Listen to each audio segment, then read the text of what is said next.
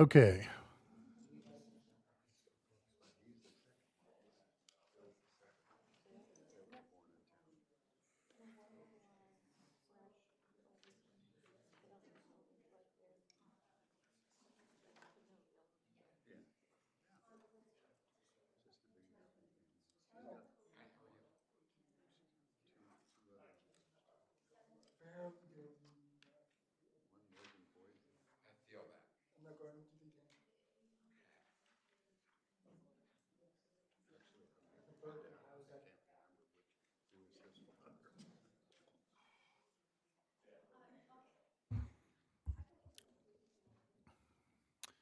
Okay, good evening.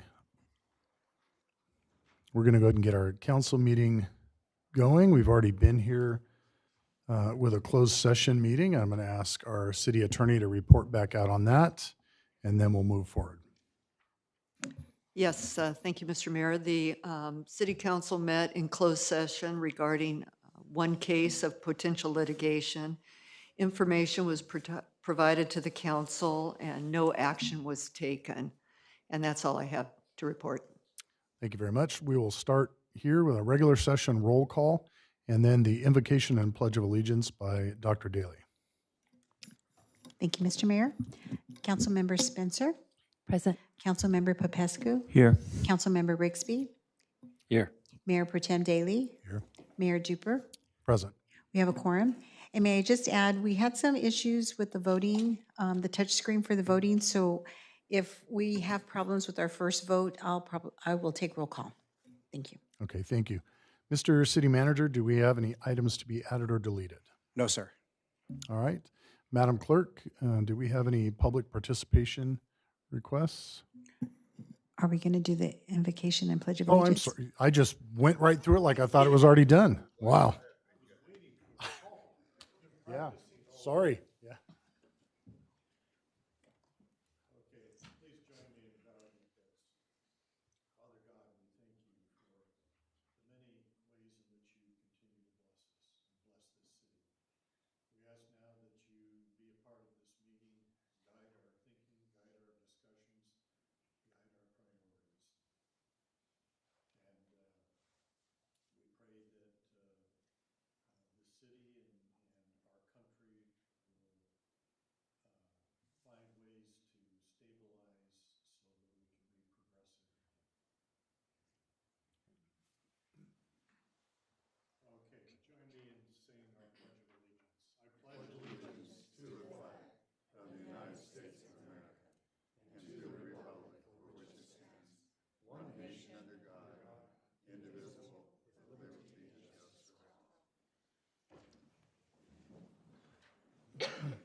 Thank you very much. I apologize again for that.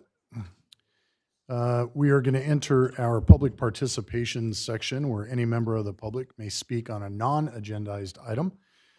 And I will look over again and ask Madam Clerk, do we have any speakers? Thank you, Mr. Mayor. Yes, we do. We have Andrea De Leon.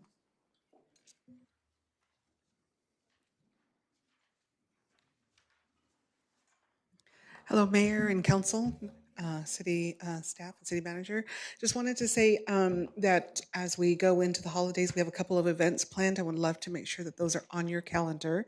And that is the first thing is that we're going to have a Christmas mixer at our newest hotel in town next week on the 17th, at 4 o'clock in the afternoon till about 6.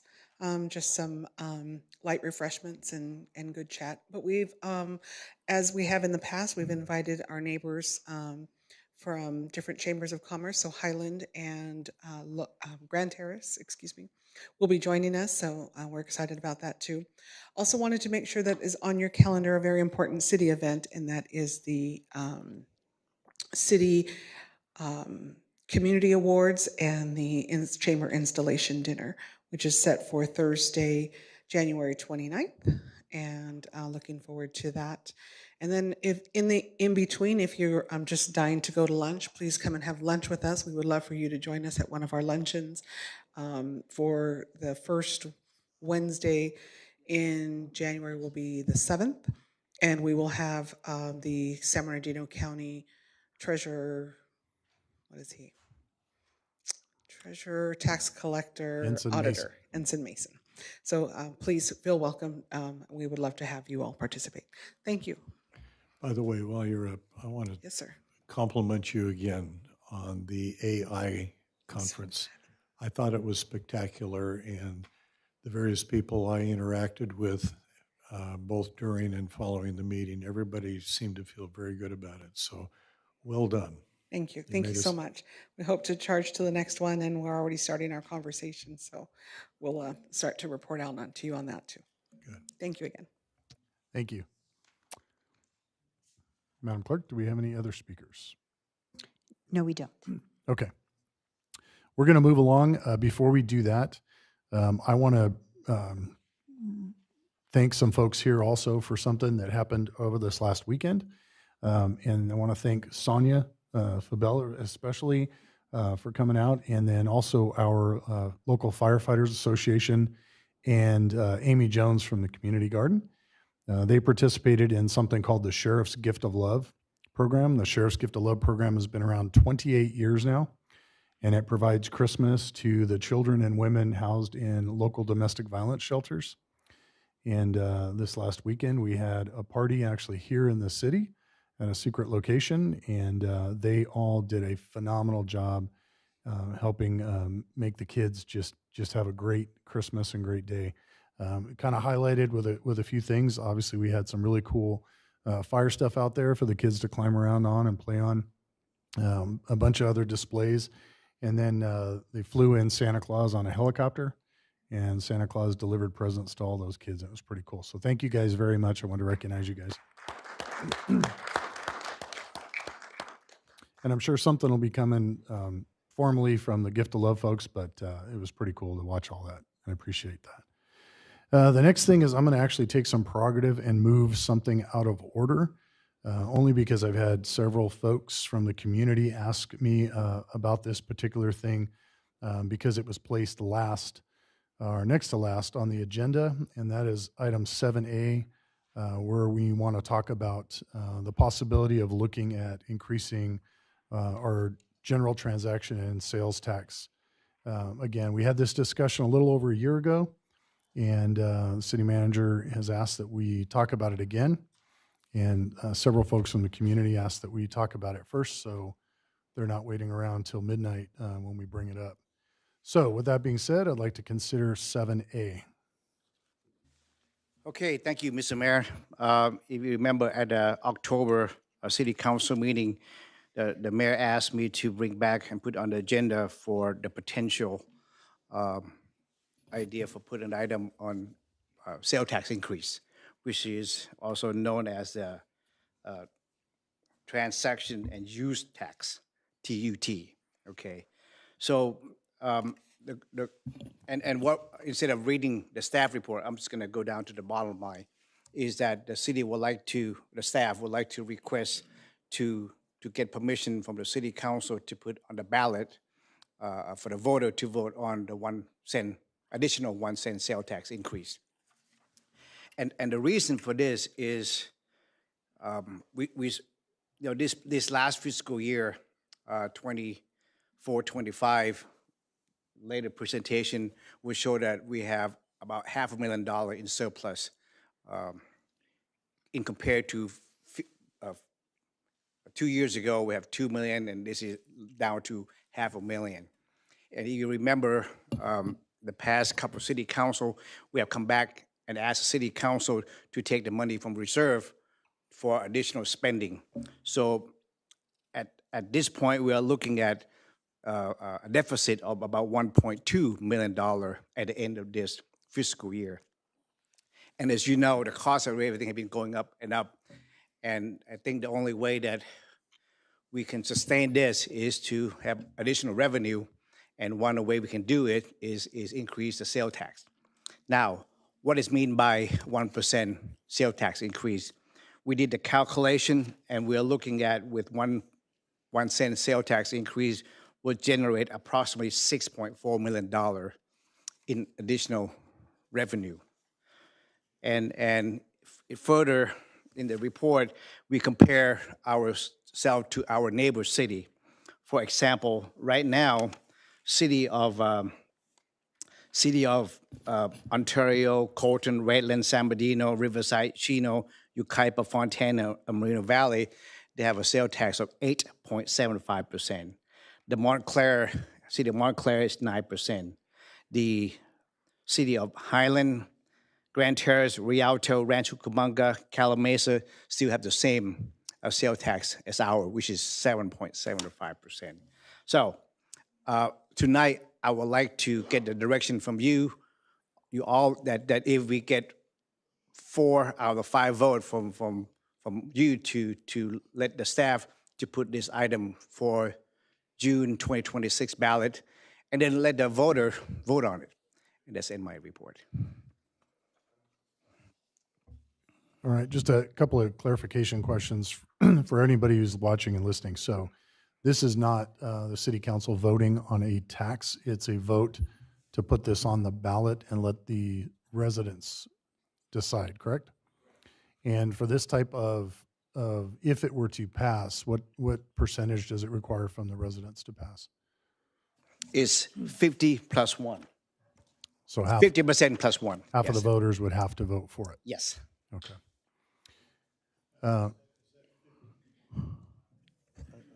No, go ahead. Is that 50% of voting voters or 50% of the community? No, 50% of the voters. That's what I thought, okay. Yes. Plus 1. Okay. We, last 2 years, we have passed deficit budgets at the beginning of our budget year, beginning of the fiscal year. Last year, we were actually, has it been 3 years we've done that? But this last year, you were able to make up the difference. This year, again, we passed a deficit budget knowing that we're going to have to go into reserves for that money. We're at mid-year budget point. Do you anticipate us being able to make that up this year? It's going to be a little more difficult because right now, at this point, we are at $1.2 million in deficit At the mid-year? as of November. November, yes. Okay. And then just for the record, so we can just get this all out, I know everybody else up here is going to have questions. We did have a budget committee, or I'm sorry, not a budget committee. We had what was the name of the committee that you were? The revenue generating, Revenue yeah, Generating generating Committee. committee. And so I know that there was quite a few meetings with them, and this may be more of a question for Rhonda. Has anything really happened with any traction in anything significant that we've been able to come up with? Well, we have an ideas. Like, for example, we would like to put in the electronic billboard that we're working on it. And we were looking at the a TOT tax, transit occupancy tax on Airbnb. short-term rental, Airbnb. So that's something that we have been looking at. So Okay. From a financial analysis point of view, do we expect any of those options closing our gap that we have at this point? No. Okay. I don't think they would generate enough to come close to closing this. And the vote tonight, just to clarify, is just for council to give us guidance on doing the legwork to bring it back to you to get the formal vote. But tonight, we're just asking that you let us know and let us know which direction you want us to move in. Okay. I had a question, but I lost it. So I'll think about it here in a minute, and I'll open it up to any of the members of the council.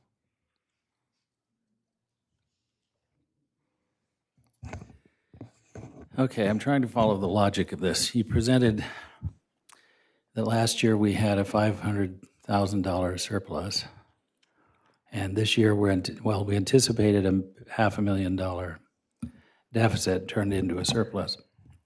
And this year you're anticipating a $1.2 million deficit, and you're proposing a $6.4 million a year tax increase.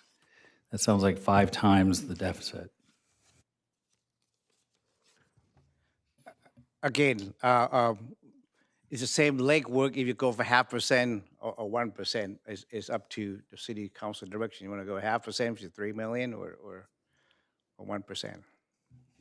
Do we have any, maybe this is a question you're going to ask, do we have any anticipation in the increase of costs over the next couple of years from a financial standpoint? We have not started working on that because we wanted to wait for your direction on whether he wanted us to do the research. And when we come back, we will definitely provide a projections for the following years, and we can give you all the information that's needed for you to make the final decision.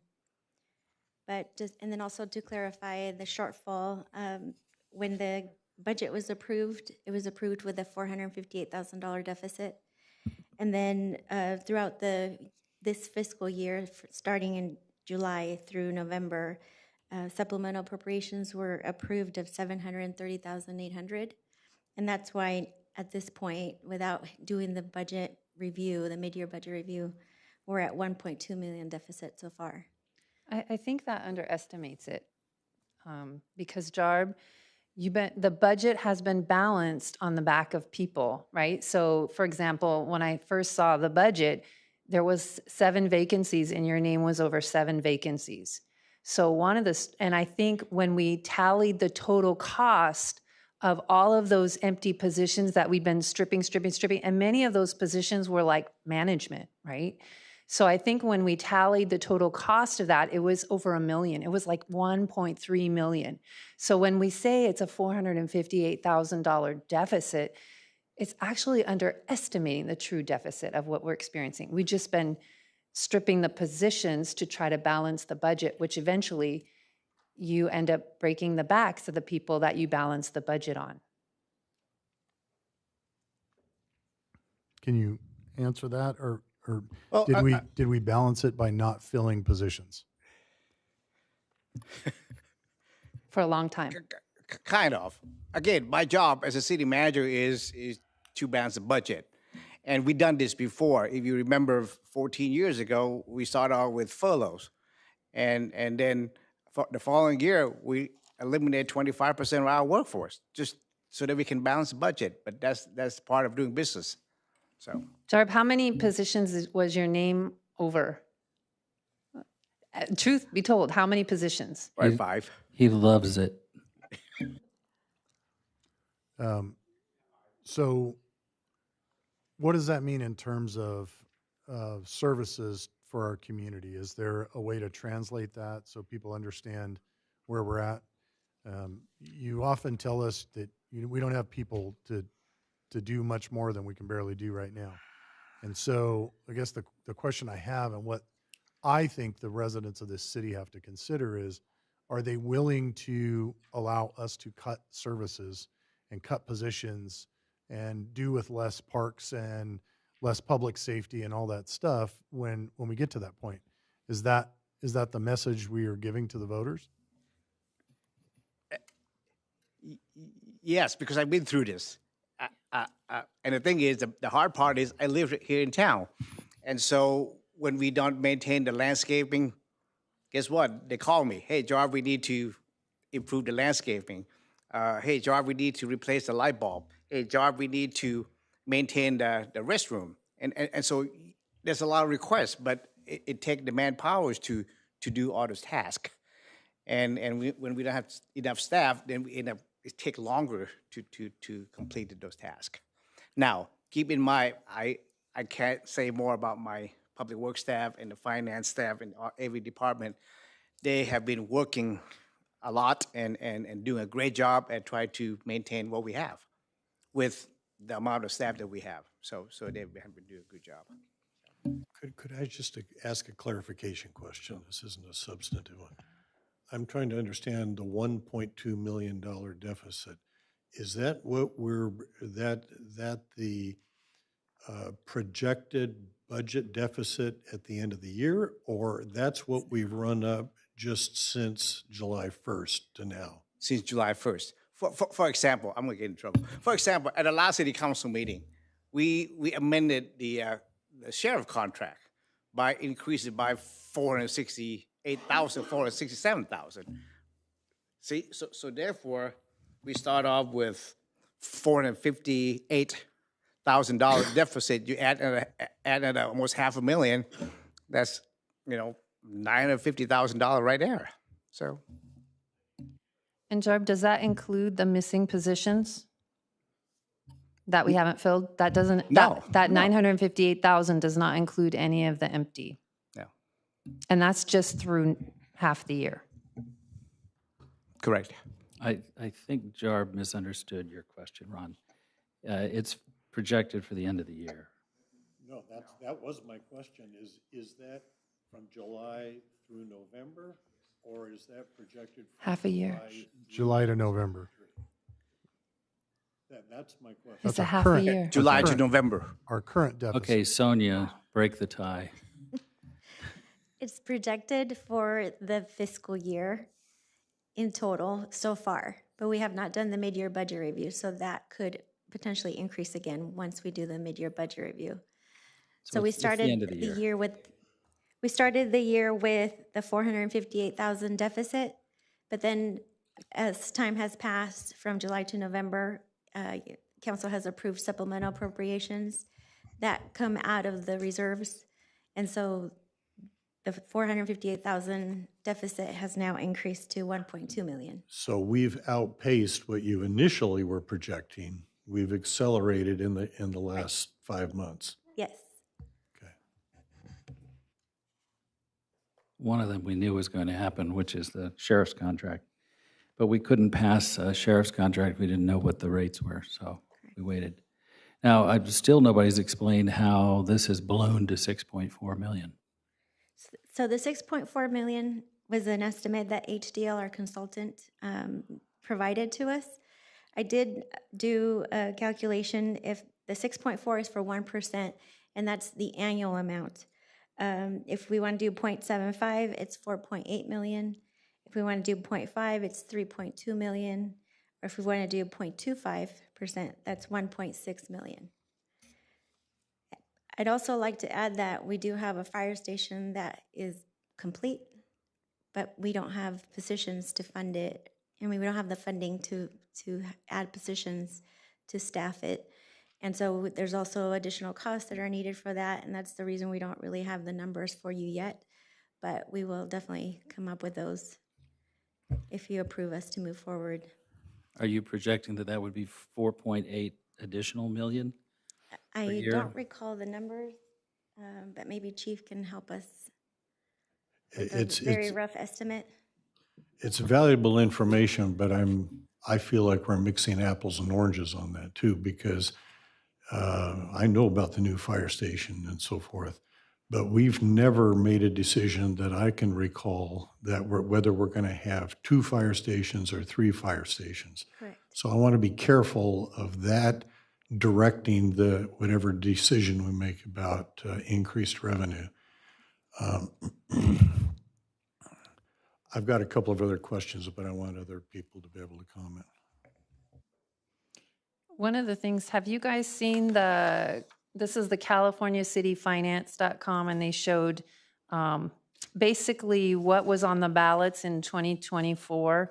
And one of the things I noticed when I pull this is that they're reporting it's the largest number of local tax measures proposed and passed in the history of the state was 2024. And so it makes me pause and wonder. And then they list all these, they have all the cities of who's passing majority. I think it was 86% that put it on the ballot for tax passed. And they're all between like a half cent to a little over a cent.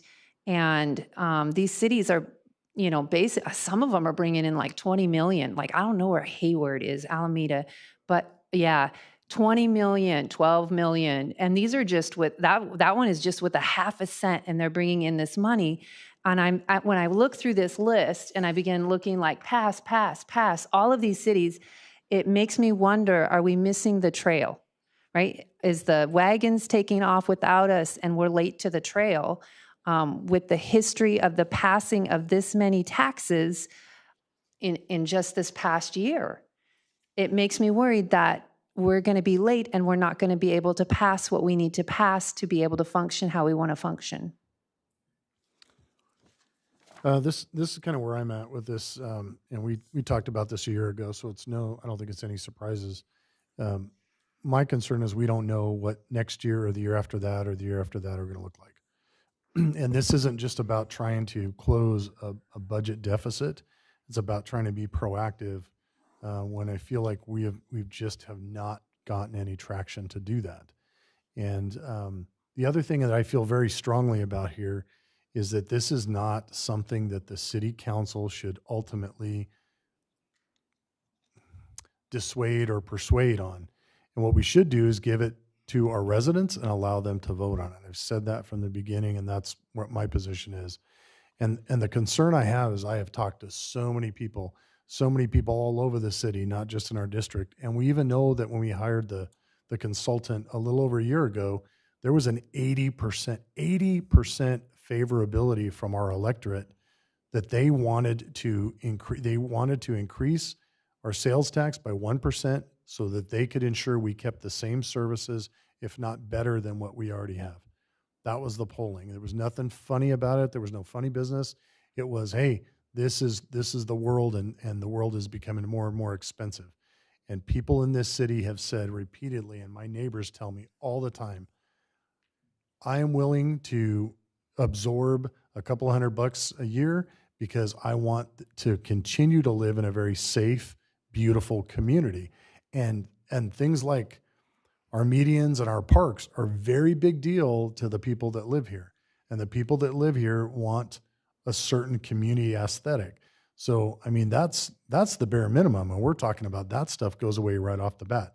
And then what are the costs of public safety, and what are those other increased insurance costs and all those things that are coming? And it's so hard to judge. And all these other cities are setting a bar farther and farther away from us. And I am not personally in favor of more taxes. The only reason we are in this position, let's be clear, and I think all of us on this dais agree, and I bet you every city council in the region agrees, that all of the reason we are here is because of Sacramento and the unfunded mandates that they push down on us. Every year it's more, and there's more coming. So my fear is that we are not able to survive as the community that we are without doing something like this. And we're just missing the boat. And I think the voters should have the choice, period. That's the democratic way to do it. And if they vote it down, then they vote it down. And this is not if people come out and say no, then it's a very clear message no. It's a 50% vote. So all they need is 50 no's and one more, right? 50% and one more. And then the city has spoken. But I feel like we need to give them that opportunity.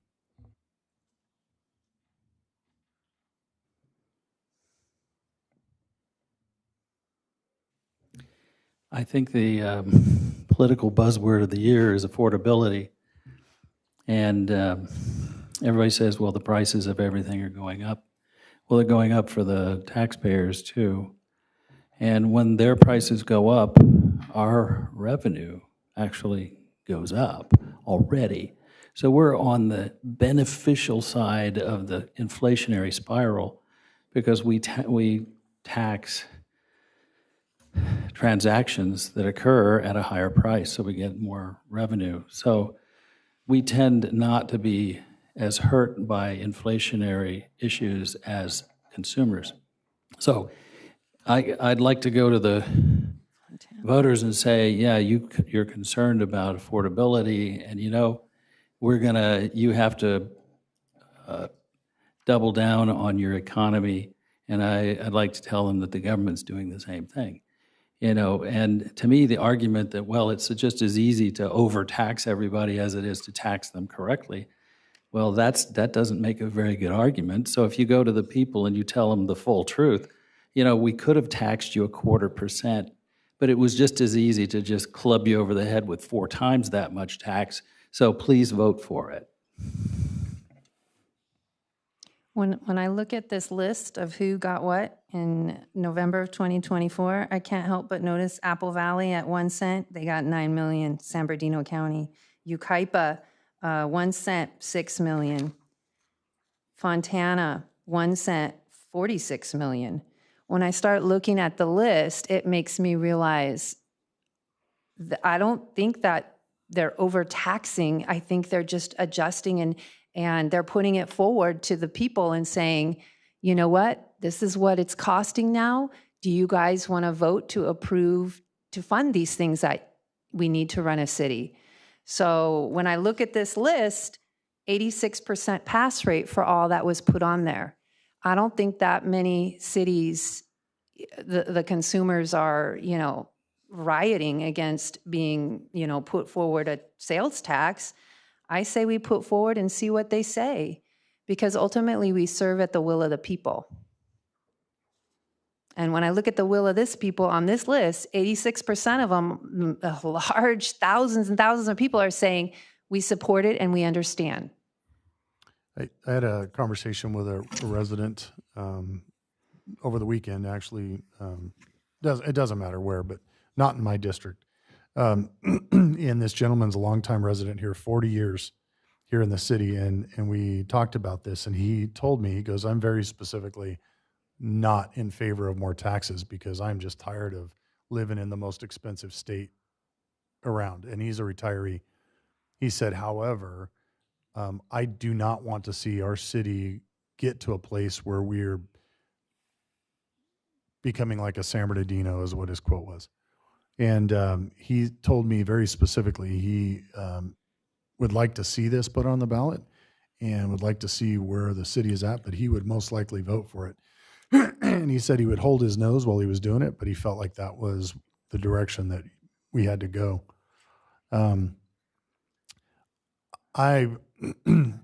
Obviously we all have opinions up here, and I agree with that gentleman. Very, very smart guy, actually a former landscaper, Jarb. He's talked to you a few times. He said you're doing much better with the landscaping, by the way. So I'm sure he's one of the ones that calls you.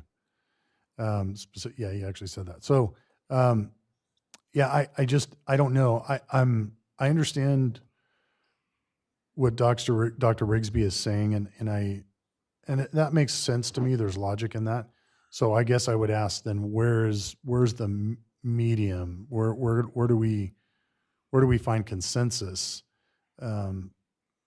based on where we think the greatest need is going to be in the next year or two, and maybe we go from there. And then would it be the thought that if that doesn't work, then you have to go back to the voters, or what are we thinking with that? Well, I'd like to add a couple of points. I appreciate the discussion. I am concerned, and Rhonda alluded to it and described it a little bit, but I am concerned that we have cut back on staff in a piecemeal way over, I'm not sure how many years, and that we are wanting to grow, needing to grow in some ways. We've lost some businesses. Rite Aid has closed. We have open property in several places that we need to have developed. And I understand the inflationary factor in this that Dusty's referring to. But at the same time, Loma Linda is unique from most of our surrounding cities. Looking at surrounding cities and other cities within the state provides some guidance and context. But the biggest businesses in Loma Linda are healthcare. And healthcare doesn't provide the tax revenue that most cities get from the industries and businesses that they depend on. So I think that's a significant factor. Related to that is, since we've been cutting back staff, I don't know who we would get to really begin to help us with community development, to begin recruiting businesses that would be possibly able and interested in moving into like the Rite Aid vacant building that we have as an example. Right across the street in the Stater Brothers Mall, we have multiple open places that we'd like to fill. We have multiple different properties. Probably the biggest and most significant one is the old Tri-Cities Drive-In Theater on the Redlands Boulevard. That's a big piece of property that the owners have indicated an interest in doing business, but we've got to find businesses to build up our tax revenue to move in and take those over. In addition to that, in Area D, which is over next to the VA hospital, all along Redlands Boulevard, we have open property that we're kind of holding to develop into a business or shopping area. So we don't have the staff to do that. We don't have the expertise to do that. And we're gonna have to have some revenue if we're gonna be able to be proactive in building our city out so that we can benefit from better tax revenue. In addition to that, this council, at least 4 of us, I don't remember, Ron, if you were on when we did this or not, but we directed the city manager to begin to backfill some of the empty slots that we have. He's wearing multiple hats. He happens to be an engineer as well, so he does a lot of the engineering work and planning, and I can't think of the multiple hats he's wearing, but there are a number of them. And if Jarb ever decides to retire, we would have to hire literally multiple people to replace him.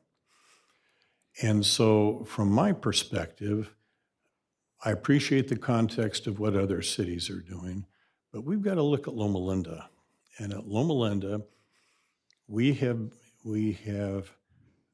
judiciously continued to balance our budget and even have some reserve at the end of the year. But it's been by making multiple cuts. And we can't sustain that. And as has already been commented, we will be unable to not only sustain what we're doing, but we risk needing to make additional cuts. I don't know where. I mean, that would be an open session of the council, but we'd have to make more cuts somewhere if we start running negative budgets. And so I support putting this on the ballot. It's controversial, it's difficult. We're all residents and nobody wants to pay more taxes than we're already paying.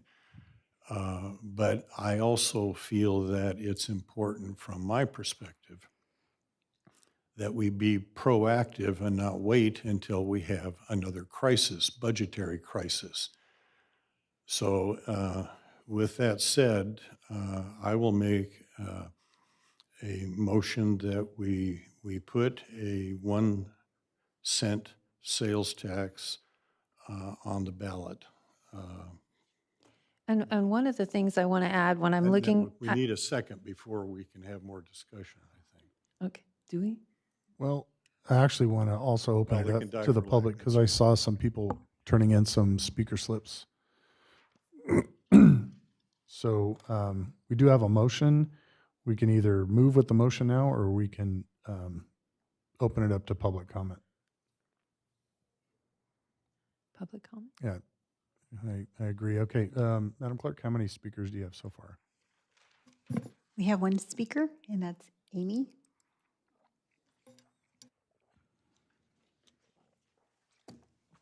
Hi, I wasn't planning on making public comment, but your discussion has inspired me. I would just like to encourage the council to consider, I don't think there's a downfall in allowing the residents and the public to choose how they're spending their money in our community. Because as someone who works with, I know a lot of the seniors and a lot of the young families moving here, one thing that it reminds me of is that there's also a cost to not having money. And so we don't have a Parks and Rec department, so now the parents have to drive to Riverside or Rancho for their kid. So I think adding in, allowing us to choose if we want to have a tax could actually save our families money too, which is another aspect that not a lot of people consider. So just as an encouragement, we would like to choose how we spend our money and what we have for our community. Thank you. Yes, sir. That argument would carry more weight if there were a dial-up vote. Like, I'm voting for a quarter, I'm voting for a half a cent, I'm voting for 3/4 of a cent. But you're just saying 1 cent or nothing. Can I respond? I mean, I think then that we would need a community survey. Like, what do we want for our community? Do we want sports? Do we want greenery? Do we want better public transportation? Do we want better schools? So we would have to actually see, like, yes, that is 6 million and the budget is maybe coming in at 1.5 million, but what are we lacking in our community that we actually should have and that the residents would want? And I think last council meeting, what we're talking about the last time a community survey had been done was maybe during Rhonda's time as a student. Yep.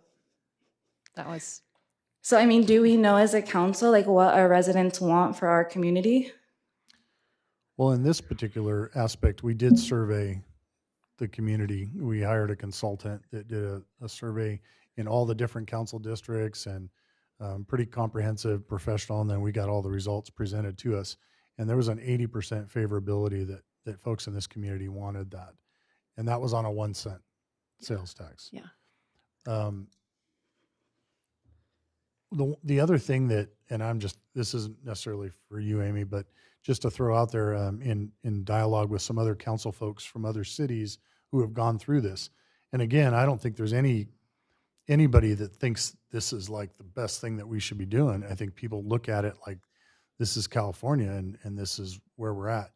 But one of the comments that I heard from another council member in another city was that what you're missing is all the people that potentially are shopping in your city that don't live in your city. And he goes, your residents, probably most of them are going to Redlands and shopping over there, and they're already spending at those tax rates, and they're benefiting the city of Redlands. And it's not coming to Loma Linda at all, but most of your residents are going over there and paying that. And that's a little bit of the problem, is that it's disproportionate. So I did want some clarification on exactly what it applies to. I know we got this report over a year ago, but it doesn't apply to groceries, correct? No, or The, healthcare. on the that's what I'm asking. exempt item are grocery, prescription, medicine, rent, medical services, and utilities. So most of the things that probably the lower income communities are probably more concerned with, food, rent, utilities, it doesn't apply to that. But it does apply to the things that the probably more affluent areas that buy, like Amazon and stuff goods and services that we buy, right? Like that are delivered to us, that we pay for at a store. Okay. There should be some clarification on that too, because one of the arguments you may hear is, well, I can barely afford groceries now, and how is this going to affect me? But it doesn't affect groceries or medication or rent. Okay. And one of the things I wanted to point out is that many of these different cities, they did have, like, not everybody, there's a number that went for 3/4 cent, right? So maybe there's some leeway with going for 3/4 cent. I heard from that it still probably gives us 4.8. 4.8 million to cover that. And then there's also the possibility, like there's variables with sunset. I guess that's when it expires is what they're meaning. Many said no sunset, but there was a number that had like 10 years, 20 years. So there may be some leeway that we can find some compromise to do something to offset and give us time to see how things play out.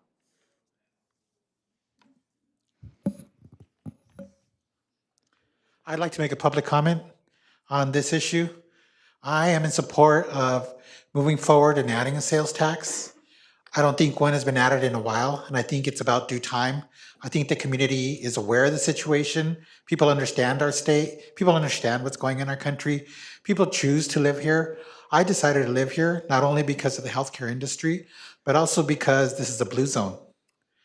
The blue zone, I think, is what we need to capitalize on and really focus on that blue zone status here. I want to live here. I want to experience the blue zone. I'm here for my health. I didn't move here to be tax-free. That's not why I'm here. I think this city needs to develop the blue zone deeper and use that as a trademark. I'm not sure what happened with that discussion in the revenue generating committee. We had brought that topic up. The blue zone trademark discussion. We're still here. We're still well known around the world as a blue zone. And I want to hear it more often. People should be hearing about that. This is a blue zone area. I don't want people to hear that this is a no tax area. I want people to hear that this is a blue zone area. And yes, it might be expensive, but there are benefits to it. You know, if living in a blue zone happens to be expensive, so be it. It's primarily healthy. I'm here for the health portion of it. And I'm willing to pay up to a 50% increase in sales tax to live in a blue zone area. People who live in Alameda pay a 50% paid a 50% increase in their tax because they want to live in that area. They're willing to pay the price to live in the community they're at. And I understand there's people that don't have money, but the ones that have the money will live here to have the benefits of having healthcare and the benefits of being in a blue zone and being able to be connected to the community.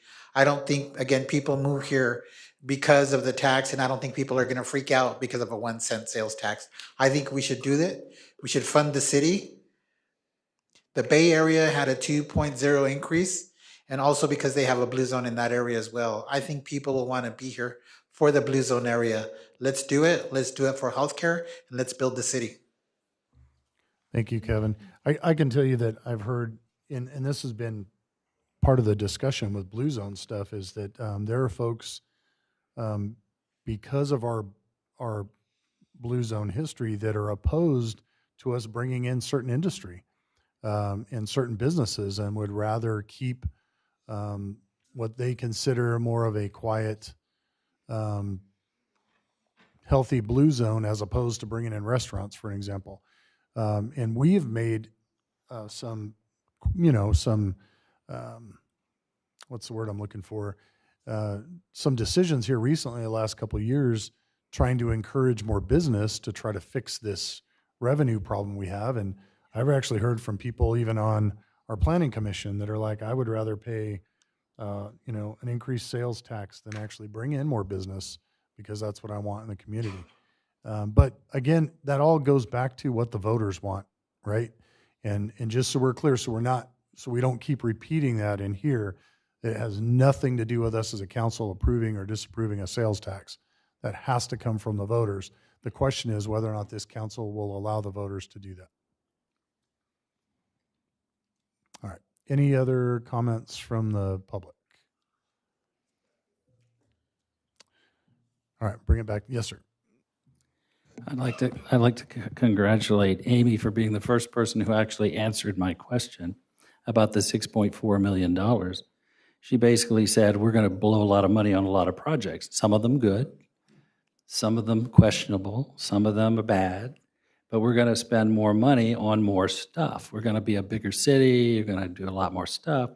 I think we need to figure out what that's going to be and price it, decide what we want, and then decide what to put on taxes, not just max out the tax thing because that's the most we can get. So let's just go for it. To me, that's putting the cart before the horse. And we haven't done that due diligence. We haven't figured out what we want to spend it on. Everybody's got ideas. You know, whenever you get a windfall, everybody's got their own plan for how they're going to spend it. But we haven't decided as a community that we want to spend extra money. And on what? I know there are various components of our staff who would want to spend it in their department, but have we decided that? Not necessarily. So that kind of sounded like a motion. Now, you've got a motion on the floor. Right, no, I know, but I just want to clarify real quick. If I can, So it sounded like you maybe had a substitute motion. I don't come back with some options. I don't have a substitute motion, but what I'm saying is, if you're going to propose a lot more revenue, and we're talking about, we have 27 million, you increase it by 6.4, you do the math, it's about a 25% increase in revenue, and we only have a 2% or at most a 3% projected deficit. So it sounds to me like it's a little bit of an overshoot. And when everybody talks about let's let the voters decide, well, if the voters are told we're in dire straits, you only have to pay a penny, and oh, by the way, that's paid by people who come in and buy smokes and not you, then, you know, they're going to go, oh, sure, well, let's increase it. They don't really have all the information. And there's a huge incentive by various factions of the city to only tell a portion of the truth about the tax increase. So I've never heard a true explication of our need for tax ever presented, whether in that survey or in any voter signature drives or anything else. I've never heard the full truth. And if I'm not told the full truth as a voter, I don't think that's democracy. Can I answer that, though, specifically? So my challenge with where we went a year ago and where we're appearing to go tonight is that we are, as a council, approve the expenditures and the budget. But we're saying we're not going to allow the voters to decide on this sales tax. Even if they voted it in, it's this very same council that decides the budget. What if we put that extra money into savings and reserves and did all those things that we used to do when I first got onto this council when we had excess? So is your fear that the council is going to be overtaken and that we're suddenly going to go crazy? Because it's still the same people here that are in charge of that budget. Well, so just because that income is coming in doesn't mean we have to spend it in any foolish way. I don't see that happening because the one power that we do have as a council is controlling the purse. What I think we're trying to do is allow the community to decide how big that purse is, and then we still control it. So I'm not worried that we're going to do all kinds of crazy things and spend recklessly. In fact, my hope, because that's the way it's been for years. I mean, if you look at the trajectory from when we first got on the council in 2010, we operated with surpluses every year. And what do we do with that money? We put it into the bank. And we did good things with it. We paid down our unfunded liability for our retirement stuff. We put our folks in a better financial position than many other cities. I still think that good policy is still here. And that even if some of us are replaced, that's the way this city operates. I don't think we're going to waste money. I think it's trying to look far enough down the road to see potentially what is happening. But that being said, I'm open to us having some dialogue about where that number is. I just feel like we got to do something, and we got to do something soon. That's all. What I'm saying regarding the quantity is that you've only made an argument for a quarter-cent increase, and you're proposing a 1% increase as the solution. And I think that's coming from a different philosophical perspective than I can only speak for myself. I agree we need to do careful planning, and that was the point of some of my comments, that there are things that we need to do that we don't have the resources or the expertise to do. And I want to think about what is it that we want to become, what is our potential, blue zone, industry, whatever. But to define that, and we need to do it, but at the same time, that's, as the mayor was alluding to, that's our responsibility. I've been on this council for a while now, and we keep cutting, and find ways to meet the budget. And raising my kids, I told them, you got to put some money away, and you've got to plan for the future, even when you're young. And from my perspective, I want to plan for the future, not to spend willy-nilly, not to accumulate money that we don't need. But I do think there is some backfill that we need to fix. And as we've got half the fire department here. Do we need 3 fire stations? Because that's totally off the table. We haven't even really, we're all aware of it. We haven't really addressed it effectively. But I think we need to have those discussions. But it's this council that needs to have it. Instead, we keep just making the budget with a little bit extra and cut here, cut there, and we meet the budget. And I think we're at a point now where the rubber meets the road. And so I entirely agree with you that we need to do more planning of what the needs and wants for our city are, what this council believes. And I agree with some of the prior comments that I think what this action would be doing is not raising taxes. It's soliciting input from our constituents about what they think is reasonable and you know, what are the consequences of not doing it. And then if we start bringing more revenue in, we need to be held accountable for what we do, how much of it is it, and what we do with it. And that requires careful strategic planning. We don't even know ourselves what an extra 6.4 million per year would be spent on. So how do we expect the voters to know? We don't even tell them that we've balanced our budget. We tell them the sky is falling, Chicken Little. And of course they're going to respond, say, okay, it's only a penny, you know, I don't want the city to go bankrupt. City's not going anywhere near bankrupt. We've got, you know, $18-19 million in reserves. You know, we're not, it's not a crisis. We've got time to So be I'm going to ask you a judicious question. about this. I'm going to ask you a question that we discussed a year and a half ago when we were into this. What's the alternative? We had a revenue development committee. I've heard stories about all of the businesses that want to move into Loma Linda, but we're talking years down the road now, and that's not happening. And I haven't seen or heard anything proposed that's concrete. So that hasn't worked out so far. So what's the alternative that we should be expressing to the citizens? Well, you keep talking about cutting. We're not cutting.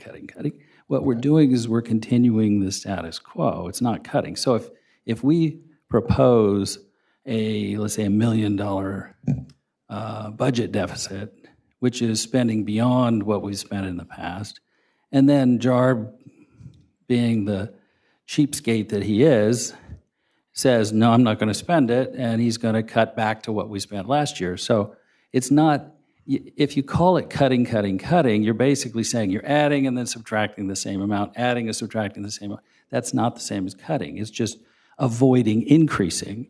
And so when you tell this to voters, and they, you know, I've been told by political consultants for years that voters don't want to read more than one sentence on a political flyer, you know, because their attention span isn't very big for political issues, which I obviously disagree with. If you read my political flyers, I mean, they go on for pages. But I like to explain things. And I don't think we've ever explained to voters, to my satisfaction, what the actual need is and what the options are. And everything is Chicken Little. And, you know, what do I propose? When the sky actually falls, we've got a flipping $19 million surplus that can cushion us long enough to pick the sky up off the city. So Dusty, and I hold you in super high regard. You are the smartest person that I know. But you're wrong in this case, and I'm going to explain why. Because what you're saying is we can continue to cut or maintain status quo, I think was your word. But the reality is the costs of everything that we are dealing with continue to rise every year. And even you cannot deny that is happening. Whether it's the cost of labor or the cost of services and goods and supplies and all those things that keep happening, plus the unfunded mandates that keep coming, we all know that that's happening. We know that those are increasing. And how long do we wait? How long can we burn down $18 million in the bank? Is it 1 year, 2 years, 5 years? And then the pressing thing, and you know this, and we all know this on this council, and for everybody else here in the room, the legality is in order to do a ballot sales tax increase, it has to go when we are up for reelection. So it has to be this coming June. And if we don't do it, then we have to wait 2 years until the next city council election. And so that is actually deceiving the folks, because what you're saying is there's no urgency when we all do know there is an urgency, because we could be 2 years further in the hole before we get another chance at it again. The only way around that, you also know this, is by declaring a fiscal emergency, which requires 5 members to do, which we could not get. Even though we were in deficit, we could not get that. So what we're asking for is the ability to allow us to keep functioning and not get into a fiscal emergency, whether it's whatever, we burn through our bank account, we do whatever. My fear is if we wait, you're such a smart guy that you would never give me that advice. You're not old enough to be my father, but I look up to you like that. And if we were talking personal finances, you would tell me that there's something wrong with me if I said, well, I'll wait till my bank account is empty before I go out and do something about it. I didn't say empty. No, but I said we've got this huge reserve as a cushion until, I'm saying if indeed the sky falls. But is it not already? It's an not going to, illusion. we're not going to get revenue of zero. It's going to be $1 million deficit. Jarb, how many $1.5 million. positions are vacant? How many positions are Well, but then that comes back to the original discussion about we have? what do we want to spend it on? Do we want to have For a bloated? sure, Do no, we want a bloated for bureaucracy, sure, or we for want a lean sure. bureaucracy? Okay, let Hold me on. give you an example. For sure, we have positions that we need funded. For sure, Jarb cannot possibly do 5. I think one of the positions he was over was IT management. I don't know if engineer, that was before.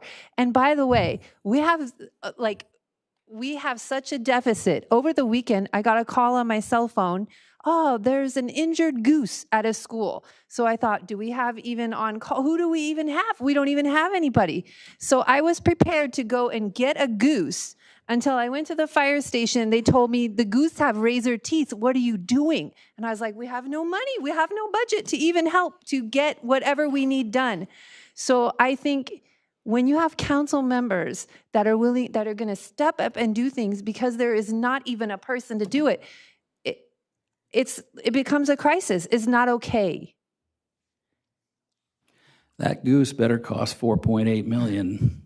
It might have been my hospital bill. And now that I realize when the look on their face was, you're going to save a goose. Why are they calling you? I said, who do we have? We have no one. Thank goodness they didn't take me there, because I was willing to go get stitches so that, because we don't have a person in this. All right. We do have a motion on the table already to put a ballot initiative on the June election. Do we have a second for that? Second. We do have a first and a second. All right. Let's go through this vote and see where we go, and see if there's any further direction if we don't get there, unless anybody has a substitute motion. Is there any willing to move, if we needed to say even like 3-4 cents or something like that? Because I think that might be a sticking point, is the 1 cent.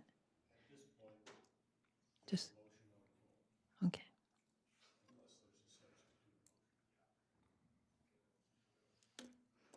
All right, Madam Clerk. Motion is to direct staff to proceed with coming back to council to place a. No. That was not the motion. He said his motion is to put it on the ballot. To put a 1 cent sales tax, placing a transaction and use tax revenue measure on the June primary ballot. So Sonia's comment that it's instructing you to put together the proposal to bring back for an actual vote is not true. Well, the problem is that's not the motion Ron made. I'm just upholding the motion. I can be Okay. flexible on that, but then somebody needs, we need to at least remotely follow Robert's Rules of Order so that somebody can. May I just interrupt? I mean, we would have to come back to council because we have to adopt resolutions and ordinances that have to get approved and submitted to the county. So we would have to come back. So I will amend my motion to take that into account, and we'll let our city attorney work on the appropriate wording. Where I think we were trying to go with this is whether or not we could negotiate something in terms of some other information. And I think Dr. Rigsby was looking for what do those other things look like? Yeah. And I'll just tell you, I'll give you a little, Can I explain my yeah, motion? no, go ahead. Sorry. The purpose of my motion is to move this along. And I think there's been adequate discussion that we can at least, it needs to be an appropriate motion so that we follow the appropriate council process. So we'll get some help from the city attorney to be sure that we do that. I'm trying to move this along. I think we've all, unless Councilman Popescu has anything to add to the conversation, I think we've all expressed ourselves the best we can. He's been completely silent. Well, that's his right. But the point of the motion is let's move this along and at least see where we at, or we'll be here half the night Yes, sir. discussing it. Mr. Popescu. I might make some arguments that will change your mind. I don't know. I mean, there's a lot that can be said, and I have lots of comments. I'll just limit it to a few. I mean, this whole conversation started about the fact that we had a deficit, and we got to discuss what's causing the deficit. And I voted against it because I did not agree with the way we were spending money. And I think we all need to be honest in the fact that most of our deficits was related to increasing the cost of labor. It did not increase services or maintain services. It was simply for the cost of labor. And you can look back and look at that. You know, I've talked to lots of residents in this town, and I'm pretty comfortable, I campaigned on this, that they do not want their taxes increased. I've lived in this town for 46 years.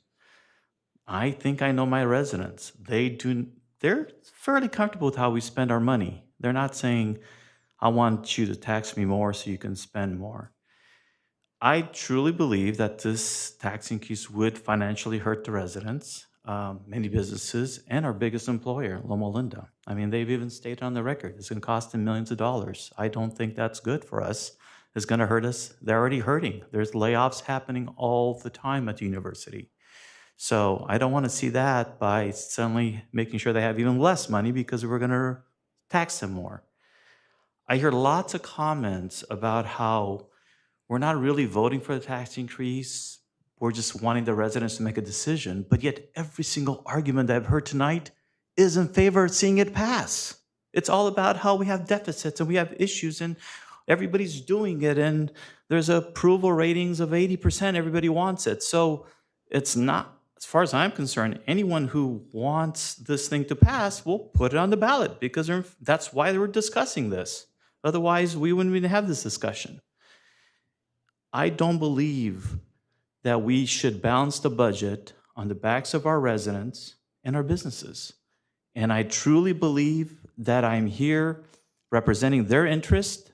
They've made it real clear to me, I'm voting for you to represent my interests, and I believe I'm here to serve their interests, not mine.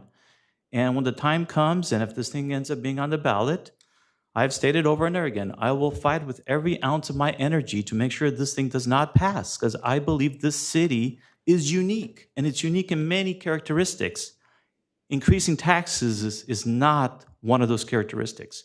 I like the idea of people coming to spend more money here because their taxes are lower.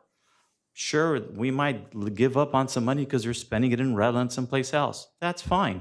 I want someone to buy a car here knowing that that car is going to cost them $500 less, not buying it in Redlands or San Bernardino. So I've stated before, I don't think we have a fiscal emergency. Dr. Rizvi made a very compelling case about the fact that there's opportunities for us to right the ship. Yes, we would like to do more. Can we do more? Maybe we dip into reserves. I'm not in favor of that. The budget, we had over 15 different ideas about how we can raise revenue. We've talked a lot about how we're going to do it, but we haven't really done it. You know, it's been a year and a half, and we just talked about it. Nobody's been out there actually pounding the pavement, trying to bring in businesses. So I think there's opportunities for us to raise more revenue, but not by raising taxes. So there you have it. Thank you, sir. All right, Madam Clerk, I think we do, I'm sorry, are we clear on the motion?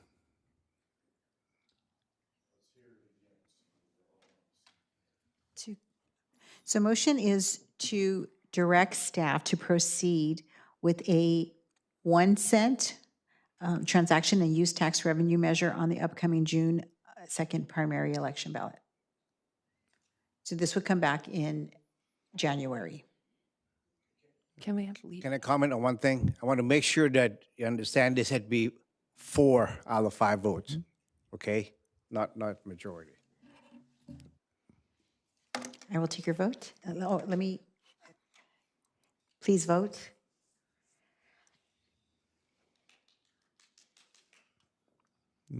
Let's see if it works. Well, motion passed by a vote of 3 to 2. Well, so motion failed.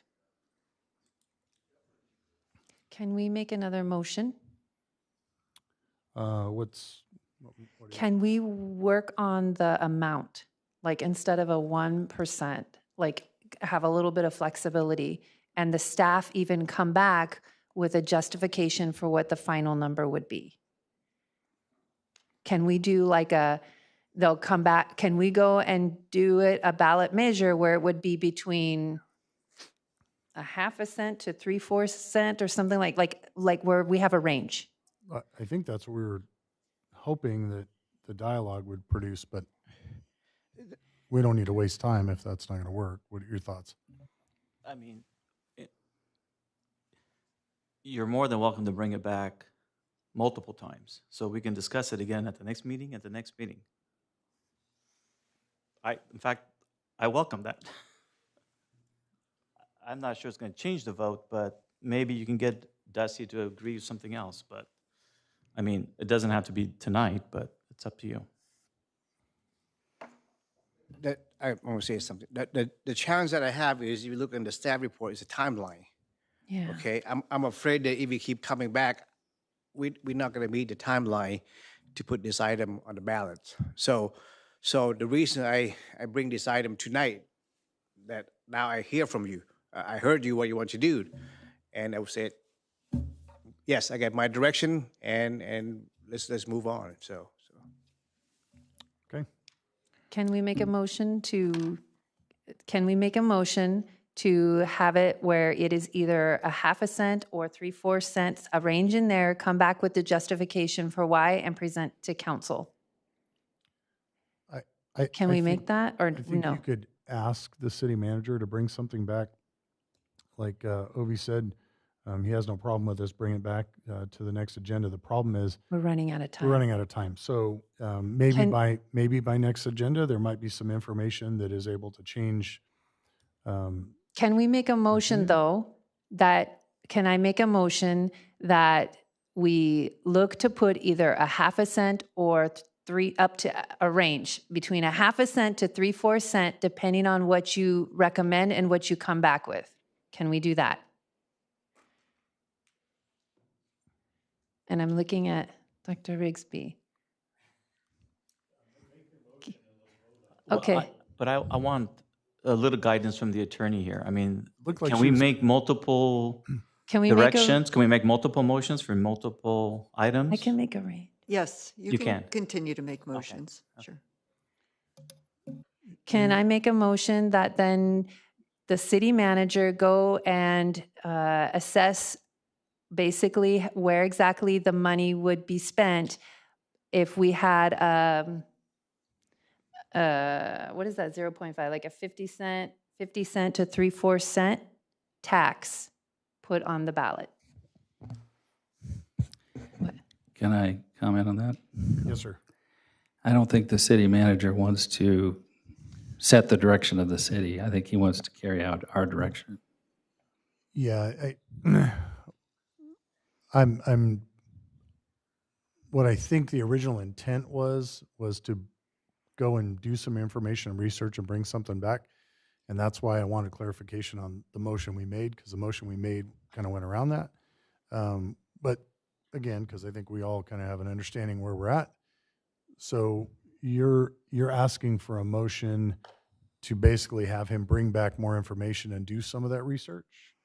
Well, But let me. what does that require? Does that require 3 or 4? Well, the thing is, I'm going to say this, Councilwoman Spencer.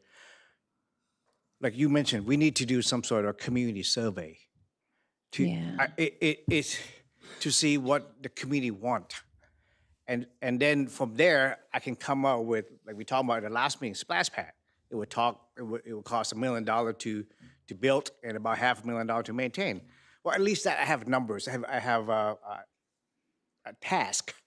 But without a task, it's kind of hard to come up with an estimate. Now, if we have time, then we can do a survey, community survey. Okay, the resident would like to see this, and then come up with a cost estimate that will cost this much. And then, so it's hard for me to do all of that within 1 month. Does that make sense? And so that's the reason why I asked if we can put this on the item tonight and get the direction from the city council. That's why I have a timeline on the agenda. Okay, if the city council vote to put the item on ballot, and then we'll say, okay, at the next meeting, I will bring in the resolution. The following meeting, I will do this. But to move it further is hard. But Well, and even coming, I mean, even splitting it in half, could I make a motion that we go for a 1/2 cent tax? I'd like to make a motion that we go for that, even though it would give us 3.2 million. And knowing that, I think we are over the million with even just the missing positions. So it's still, that's very conservative. So even a 1/2 cent tax, I'd like to make a motion that we put that. Okay, we have a motion.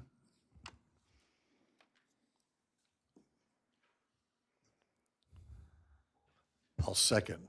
I don't think that addresses the philosophical challenges that we have on this, but I'm supportive. Okay. Madam Clerk? I'm sorry, was there any more discussion? No? Okay.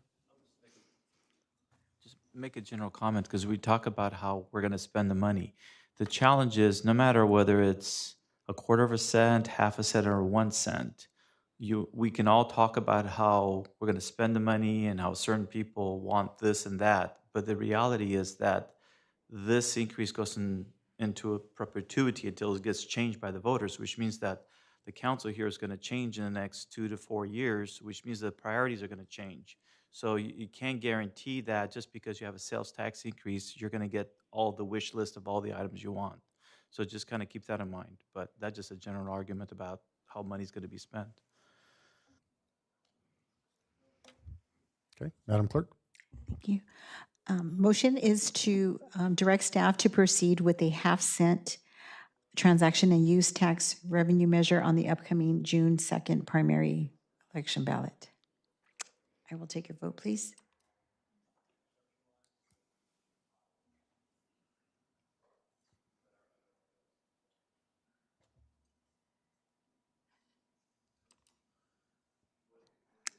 Motion failed to get a four ayes, four Okay. ayes. All right, we're going to go ahead and move along. We're going to go back to section 4, section 4A, which is the appointment of 2 members to the Parks, Rec, and Beautification Committee. Mr. City Manager, I believe we already did.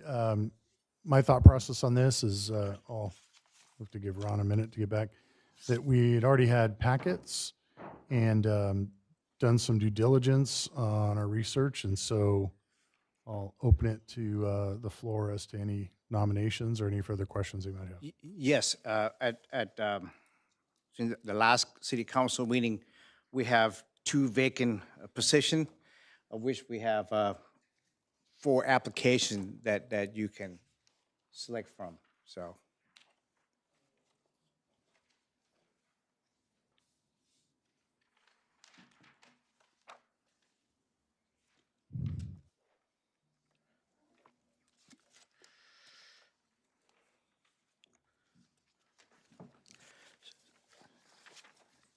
and in the package, we have application for Barry Gallant and James Earsom. Both of them have been renewed at the last city council meeting. So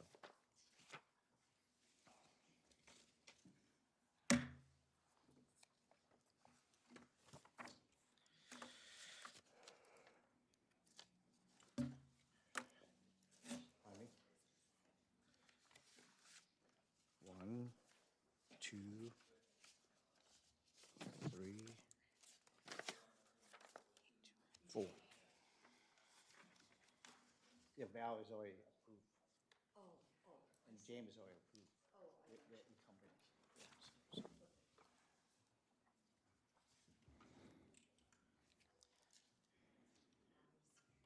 Yeah, so. Anna Marie.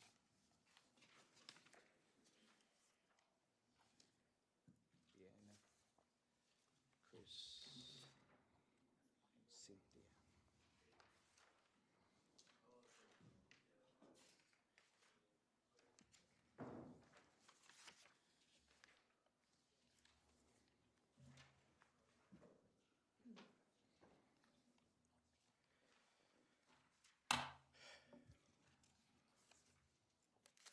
Okay, well, you were gone. So in your package, we have the application. We have, We all got them. we got them have last two time. vacancy, and we have 4 applications. Well, actually 6, but the 2 we already approved, which is Valerie Gallant and James Earsom. So now you have the other 4 that you have to select from. You need 2. All right, whenever anybody wants to make a motion.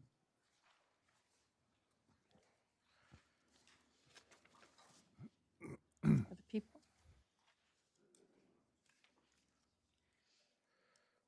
And I think some of the Anne Marie. applicants are here. You want to talk to them. So. Want me to make a motion? Yep, you can make a motion.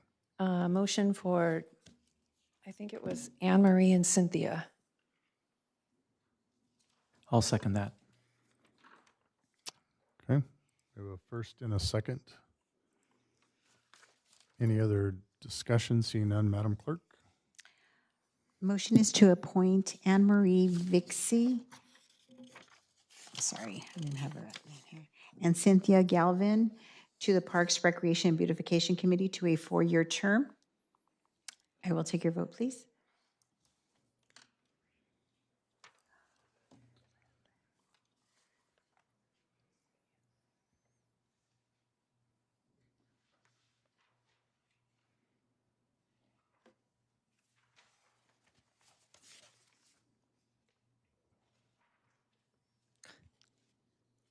Is that, motion carried. Okay, thank you very much. Moving on to 4B. And this was a request to allow an applicant to file an appeal. This is not deciding the case, but allowing the process to continue because the expiration had already occurred, correct? Yes, I would like to have Lorena present this item, please. Yes. Okay, well, there's no formal presentation, but just like the mayor said, tonight we're asking you to discuss and determine whether to allow the applicant to file the appeal of the decision of the Planning Commission after it expired from the required 10-day appeal. The code currently does not provide for filing of late appeals, so therefore staff's recommending to deny the request to allow the untimely appeal. But before you start discussions, I did want to give a little bit of background. So the applicant, Gani Anesh, he submitted a preliminary development review application. Earlier this year, it was for a 5-unit multifamily project on a vacant landlocked property near Park Avenue. So following staff review, we issued a correction letter basically saying he didn't have legal access. Right now, he only has access through an alleyway, and the alleyway does not meet city engineering or subdivision standards. And it's also insufficient fire truck access and turning radius. So fire trucks would have difficulty accessing the site. Staff did offer alternatives, which are listed in the staff report, basically working with the adjacent property owners to get legal access. So the applicant did not agree with staff's correction letter and determination, so he appealed that item, and it went to Planning Commission in July of this past year, and the commission affirmed the project, saying that it cannot proceed without establishing legal code-compliant access to a public right-of-way.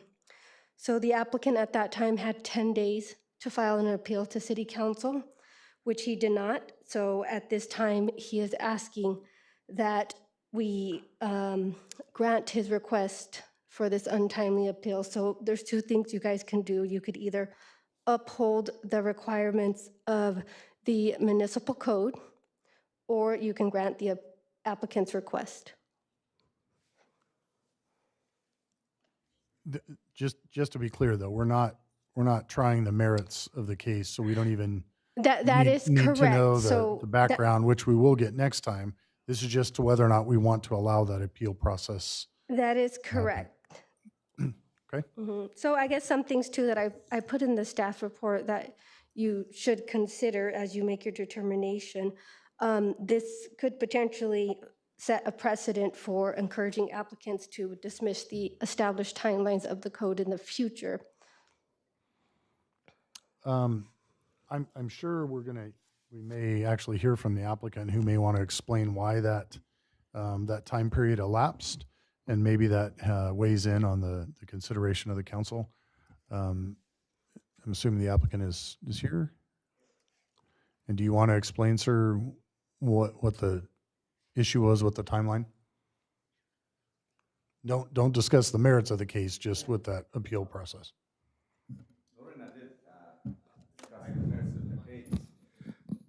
Yeah, but we're not considering. Yeah, I understand. Because you're going to have to come back and present that if we decide to move Yes. Well, I had the time. I was not aware of the 10 days. That's one issue, and which is, is not a defense, but that was the issue, main issue. In the meantime, when you hit 70s in age, you tend to forget and you tend to have some health issues and all that. That's basically where I am. Okay. Thank you, sir. All right, Leonard. Mr. Popescu. I just had a couple of questions for clarification. The 10-day window that we provide people to file an appeal to the council, is that standard for most cities, or do other cities provide a longer period? That just seems I would really say it's short. standard for 10 days, but I have seen 15 days as well. Okay. Do we have any precedents of councils? I know it's a tough question to ask, of councils reconsidering that amount and increasing it that you know of? To my knowledge, no. Okay. I'm not sure if the city attorney is aware of any of that. Yeah. This item was brought to my attention because it's my district, and I just felt it was a fair thing to do to allow him to at least make an effort to persuade the rest of us as to why we should give granted this extension. I think it's going to be up to the council to feel whether they want to. And if we do not grant this extension, what would be his course of action next? Well, then that means the Planning Commission's determination is final. So then Planning Commission did, at the end of the meeting, ask him to work with staff to figure out how to get access to the site. But in order for him to get to us and discuss the merits of this case, you're saying that he no longer has that opportunity anymore. He's completely forfeited that opportunity, period. To my understanding, unless you grant his request tonight, that your assumption would be correct. So you're saying that he cannot put in another application or go through the sole process again? He's done? No. If he can correct the public works and fire issues, then yes, he can continue with the preliminary development review. It actually allows for 2 submissions. Yeah, but he doesn't get the opportunity to argue that in front of us anymore. Then it's just between you and staff. So what would he do, what would he have to do in order to actually make a case in front of us in regards to what the city's position is? Get the access. Yeah, I think the city's position is that the project as currently proposed does not have the legally required access. I understand Right. that, but it's also my understanding that on a case-by-case basis, if the opportunity presents itself, the council does have a right to make a decision and make some sort of compromise variance. Otherwise, we wouldn't be here. We don't need us. We just have staff make all the decisions. So I guess my question is, he forfeited his ability to talk to us, and what I'm hearing you say is because he forfeited that, At this point, his only course of action is to listen to staff and let staff decide what the rules are. Is that what I'm hearing? Or there's no way for him to appeal beyond this process? Yeah, That's what I was asking. Is Right. that what his other option is? Right. Or, Because that's not what I heard. I heard that it's up to, for him, he needs to work with staff. The code does allow an applicant to apply after 1 year Okay, if he's been denied. okay. That's what I wanted to hear. Okay.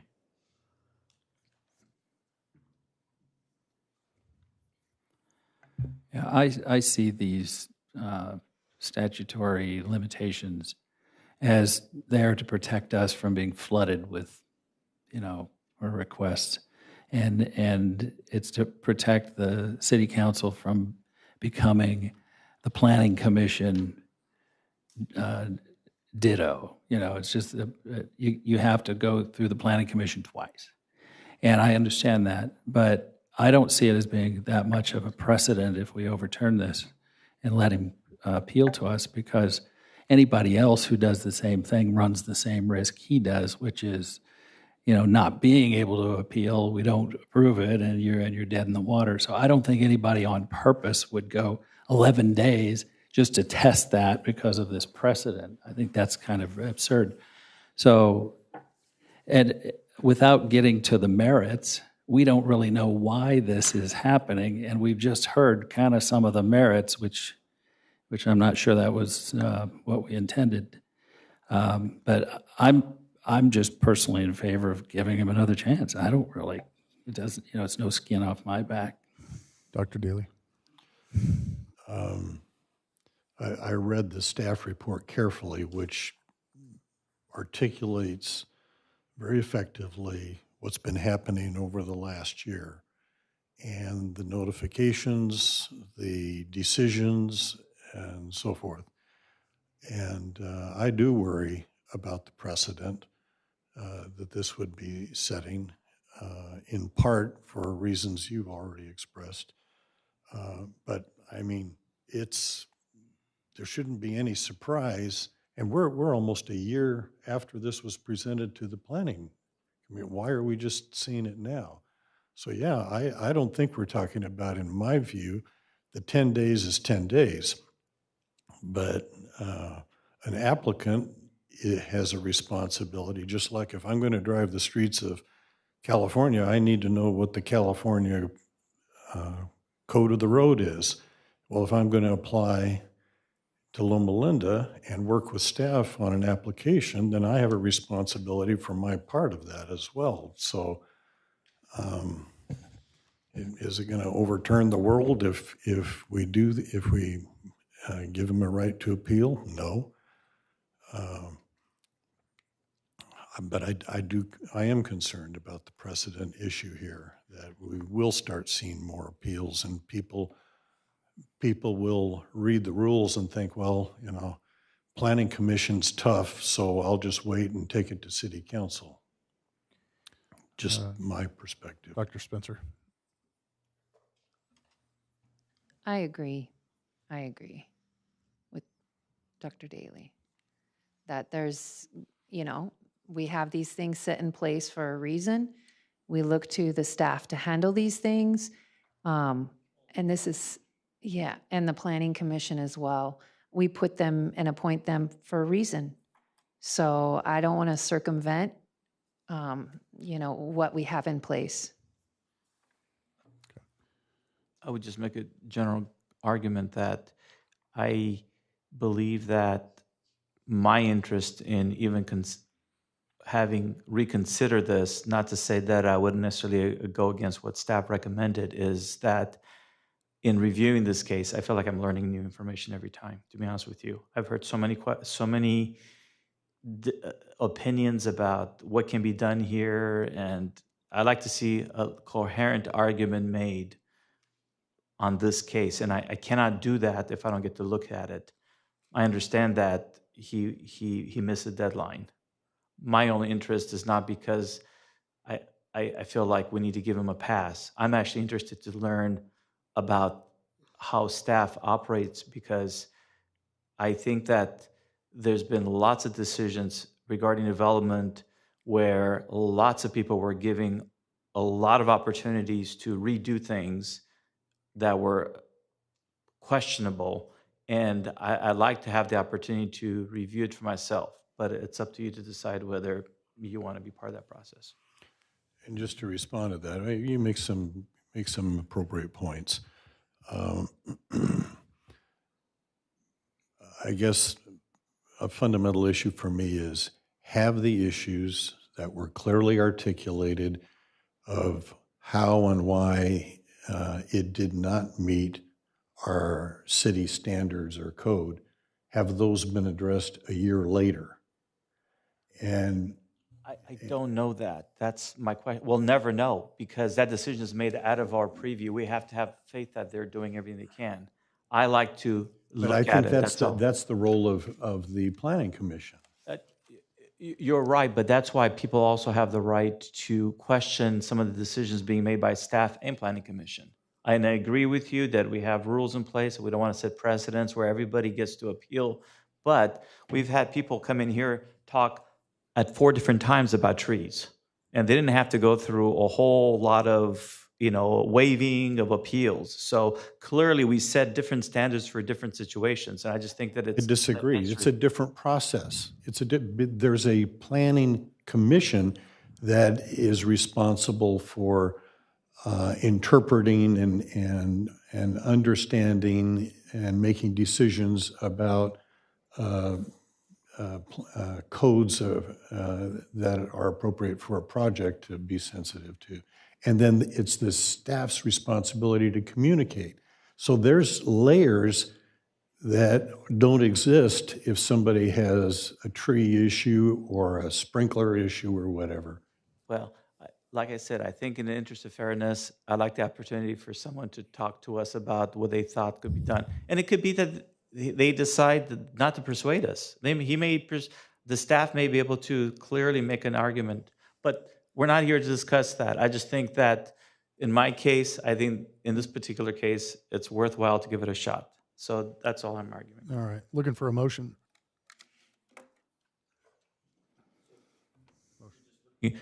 I guess my motion would be that we allow the applicant to bring this item and appeal to the city council and then waive his 10-day extension. Second.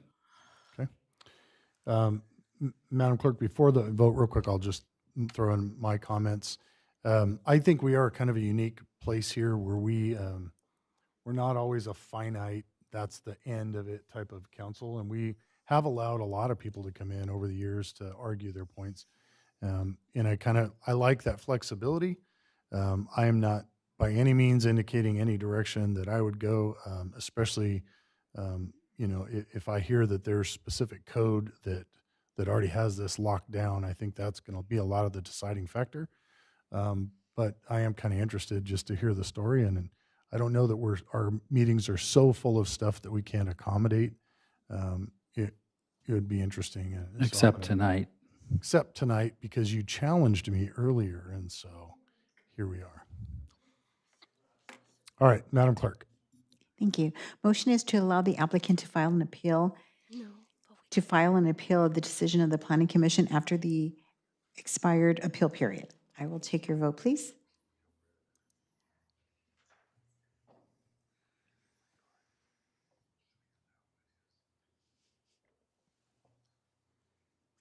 And for the record, so it blacks out and then part of the screen comes. Is that doing it for you guys too?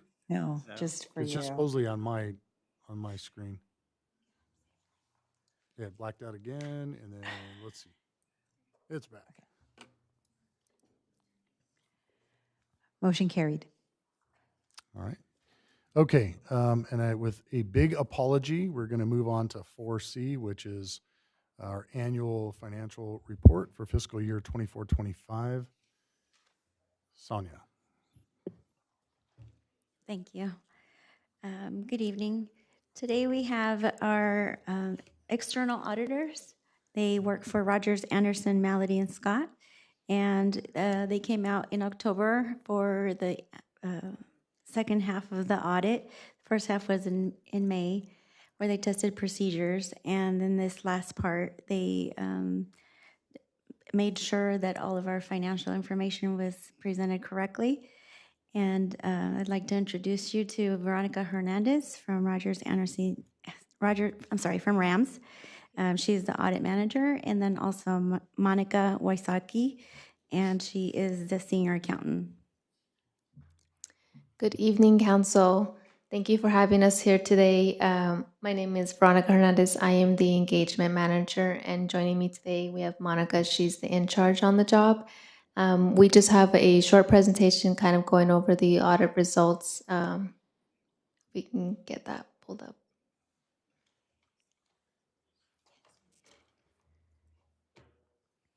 Just a moment.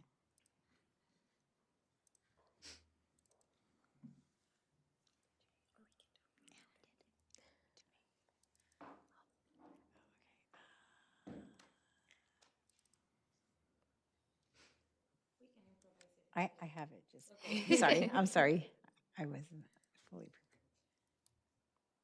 prepared. May I give you the? Oh, yeah.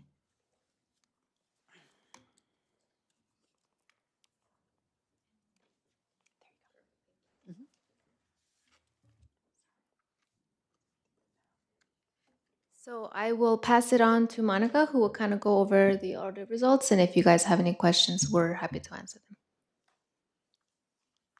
Push this one. Okay. So responsibilities. So first, the city's responsibilities were to prepare the financial statements, to present the financial position of the operations. Everything is in conformity with general accepted accounting principles, GAAP. Adopt accounting policies, provide sound accounting estimates, establish and maintain internal controls, and prevent and detect fraud. So that is the responsibilities of management. They fulfill their responsibilities. Our responsibilities as auditors is to obtain reasonable but not absolute assurance that the financial statements are free from material misstatement, examine on a test basis, review evidence throughout the whole audit that Sonia talked about various times that we came. We asked for supporting documentation to support the numbers, and assess accounting principles used, estimates, and evaluate the overall financial statements presentation. We also reviewed some policies and any agreements. We reviewed the city's internal control policies and procedures, and the most important part was to express an opinion. So we have issued to you 2 reports, which is, I'm a little short for this. It's our independent auditor's report, and the main part, the most important, is our opinion, which is an unmodified opinion, which means it's the highest level of assurance, clean opinion. And then we have also issued to you a report on internal controls over financial reporting, and we have nothing to report there because internal controls were working appropriately. And we have also lastly presented you with a letter, what is that? So in our opinion, all the financial statements are presented fairly, accounting policies are consistently applied, estimates are reasonable, and disclosures are properly reflected. And so the letter that we have provided to you, to governance, is that we had no disagreements with management. We did not identify any material errors, and there were no significant issues discovered. So, do you have any questions for us? Yes, sir. Yeah, I've got a couple questions. When we approved the budget last year, we approved it at a deficit. After all the records were reconciled and you audited them, we showed, instead of having a deficit of, and I don't remember the amount, I think we passed something in the $400,000 range. We ended up having a surplus of 500. So it's almost $1 million discrepancy. How often do you see that in other cities? And if so, what would you attribute that to?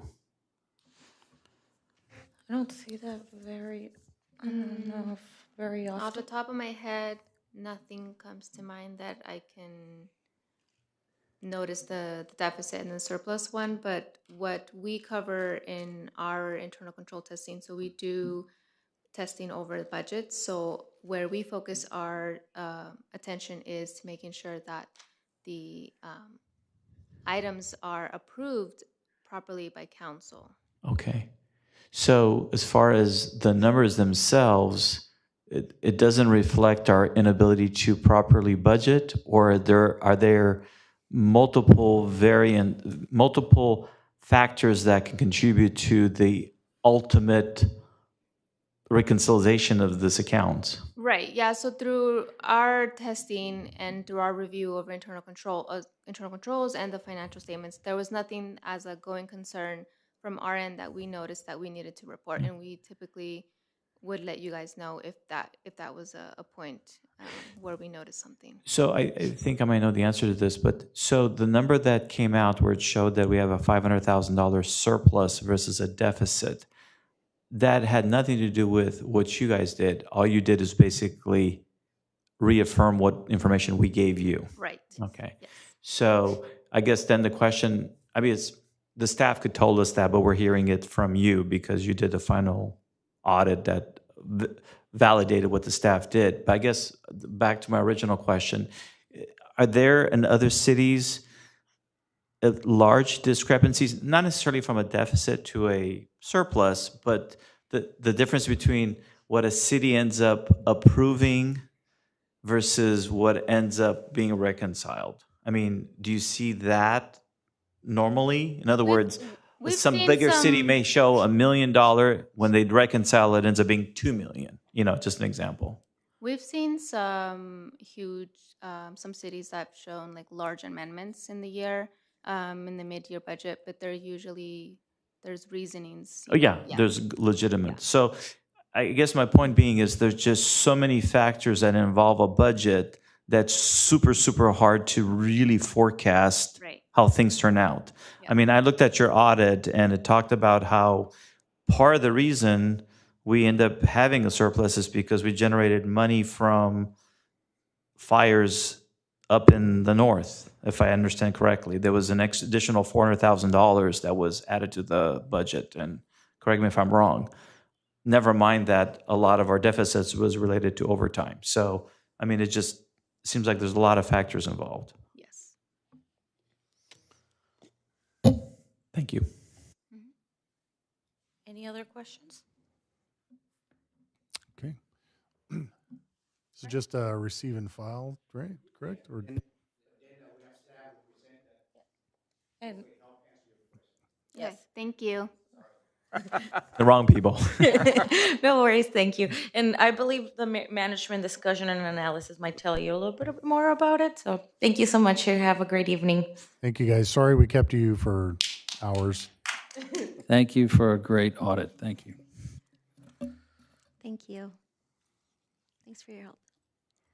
And now Anna Briones, our finance manager, will present in a little bit more detail what is presented in the annual comprehensive financial report.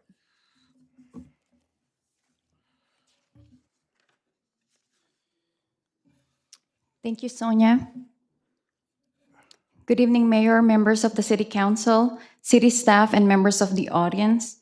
Tonight, I'm here to present the city's financial statements for fiscal year 2025.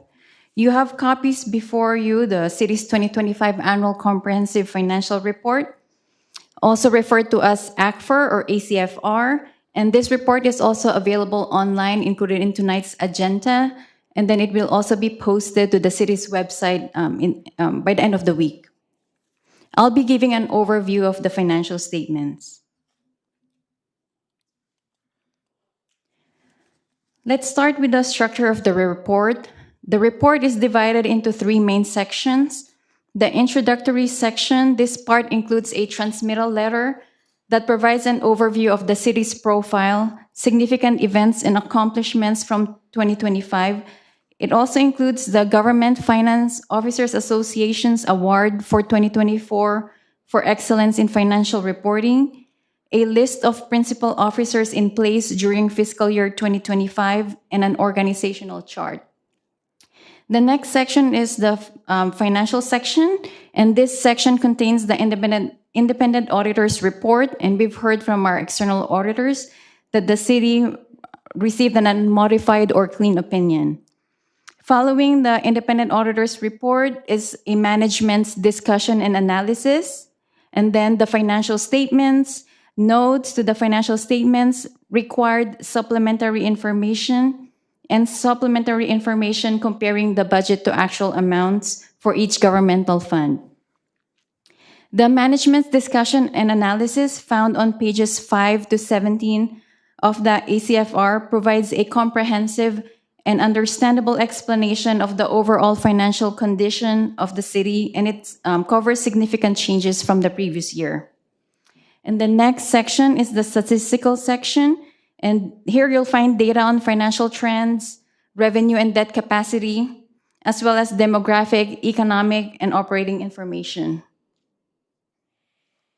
The financial statements cover the city, the housing authority, which is a special revenue fund, and the successor agency, which a private purpose trust fund presented separately. And this reporting period covers the period from July 1st, 2024 through June 30, 2025. All financial and statistical information presented are as of the report date of June 30th, 2025. Next is financial presentation. There are two financial presentations. The government-wide statements, this reports on the full accrual basis of accounting, and they include non-current items such as long-term debt and capital assets, as well as non-cash items such as depreciation expense. While the fund financial statements, these are presented on a modified accrual basis, which is a blend of cash and accrual. This means that day-to-day financial transactions are recorded this way, and then at the end of the year, these are converted to the full accrual basis of accounting to provide a comprehensive view comparable to how business-type entities are also reported.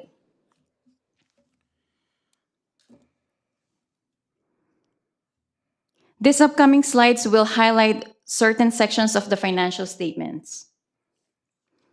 This slide presents the government-wide financial statements, statement of activities, and these are detailed on pages 19 to 20 of the ACFR. For the year ending June 30, 2025, citywide net position increased by 7.2 million, and that's from 165 million beginning net position, increased by 7.2 million to 172 million. Of this change, 5.4 or 5.5 million is coming from governmental activities, and 1.7 million is coming from business type activities. Governmental activities net position at year end was 139.2 million, and business type activities 33 million. Now moving on to the statement of net position. This is detailed on page 18 of the ACFR. The statement of net position shows the difference between what the city owns, the asset, and what it owes, liabilities. And so the net position for governmental activities, as also shown in the previous slide, is the 139.2 million, and business type activities, 33.1 million. And this is divided into three categories. The net investment in capital assets, restricted and unrestricted. Net investment in capital assets reflects the city's investments in capital assets, net of accumulated depreciation. Restricted net position, these funds can only be used for specific purposes. And then unrestricted used to meet the city's day-to-day obligations and operations. And a portion may also be subject to internal restrictions or limitations.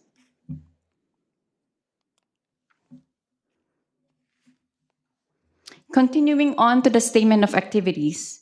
These are found on ACFR pages 19 to 20. This statement provides an overall picture of the resources needed to operate the city by different activities. Total cost of city services net of program revenues. sorry. And that's this top line right here. This shows how much it costs to run the city after accounting for specific revenues, like charges for services, operating and capital contributions, and grants. And then for governmental activities, this include the general government, public safety, community development, public works, and debt service. In 2025, the total cost for these activities was 33.8 million. And then after applying program revenues of 19.5 million, the remaining 14.3 million, shown here, this column, was then subsidized by general revenues, which is the 21 million. And general revenues comes from taxes, investments, and other miscellaneous income. For business type activities, shown the 481,000, that includes water acquisition, water enterprise, sewer, and the Loma Linda connected communities. The cost to run these activities was 16.6 million, with revenues of 17.1 million, leaving a positive excess in revenues over expenses of 481,922. So in total, the combined net cost of all city activities was 13.8 million in 2025.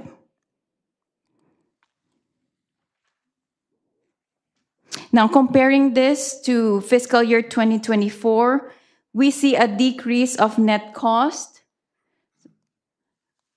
Last year, net cost was 19.2 million, while this year it's 13.8 million. This is about a 5.4 million decrease. This decrease was largely driven by higher revenues in fiscal year 2025 from development impact fees from the development activity in the city during the year, and increase in capital contributions from developers, which then offset costs. And then as far as the total cost, I mentioned previously that total cost for these activities was 33.8 million. So that was a slight increase from last year's total cost of 33.1 million, which is a 700,000 increase or 2.2%.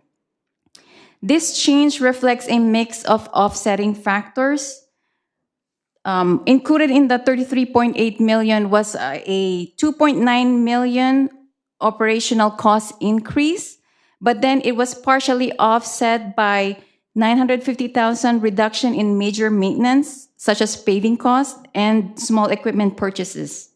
And there's also a non-cash 1.3 million decrease in pension adjustments under GASB 68. So that is also offsetting the cost. And then moving on to general revenues, it increased by 145,000 or 1%. So for fiscal year 25, of the 21 million, 13.2 was collected from taxes, 3.3 from VLF, and 3.6 from investment revenue, and 843 from miscellaneous income.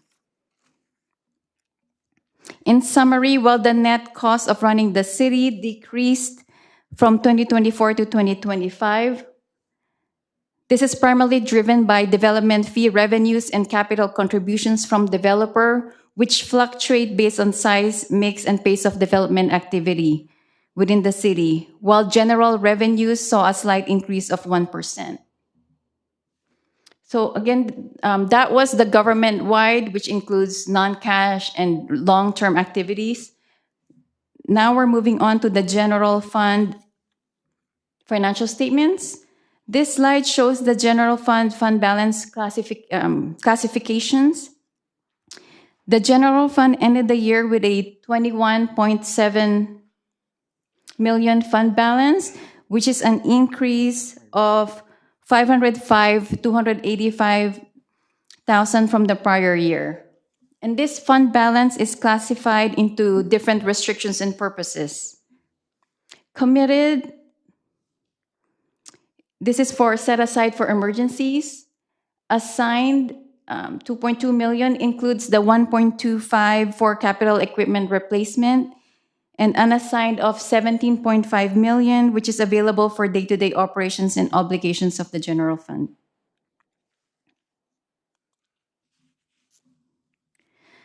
This slide shows the summary of general fund statement of revenues, expenditures, and change in fund balance. Revenues was 27.2 million in 2025. Expenditures, 27.5 million. And then other financing resources, 760,000. This is mostly coming from gas tax, which brings us to the results of operations of 505,285.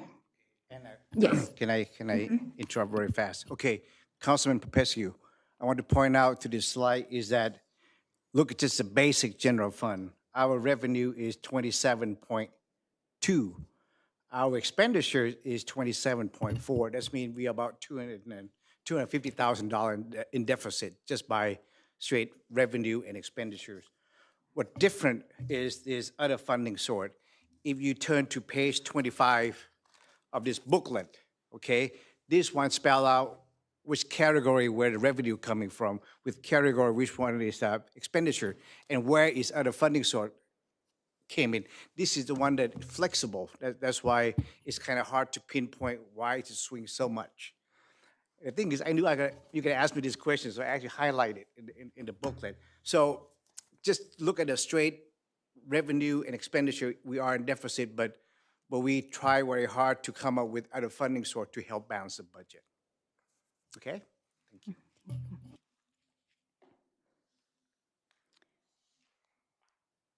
Comparing the results to prior year, revenues increased by 594,000 or 2.2%, and expenditures increased by 1.6 million or 6.2%.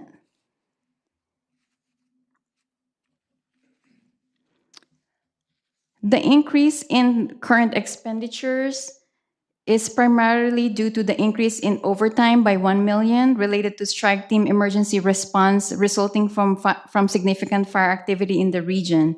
Note that this has a corresponding increase in revenue from mutual aid reimbursements. The remaining increase is due to increases in contract services, professional services, insurance, utilities, and salaries and benefit costs, including pension contribution for unfunded accrued liabilities, while there was no required contribution last year in fiscal year 2024. Now comparing the actuals to the budgeted amounts. This column shows the original and then the final budgeted amount. Then this column has the actual amounts, and then last column is the variance with the final budget. Revenues, originally budgeted at 25.8 million, increased to 27.5 million. Actual came in at 27.2 million, and it has a budget variance of 312,000.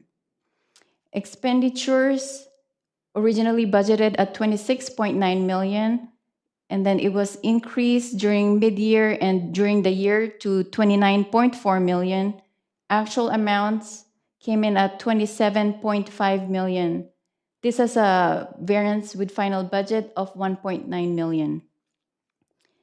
And then other financing sources, 650,000, and then final is 663,000. Actual amounts, it's at 759,000. Variance with final budget, 96,000.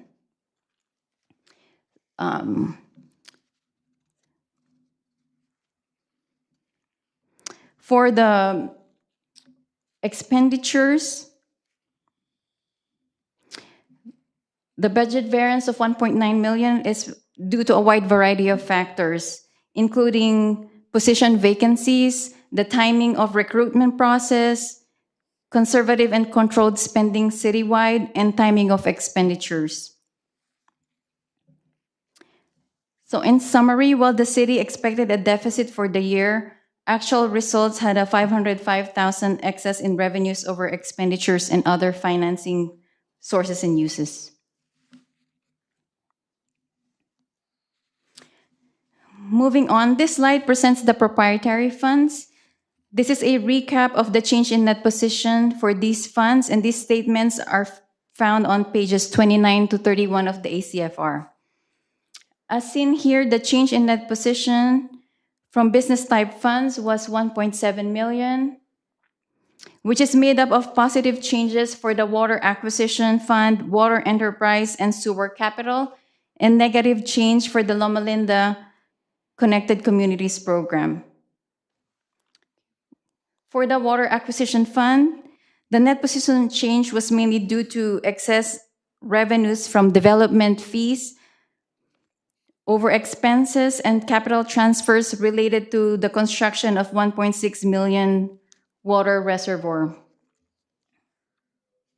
Comparing that to the previous fiscal year, 2024, the capital outlay expenses related to water distribution improvement and construction of new reservoir, while there was no corresponding revenues of comparable amount.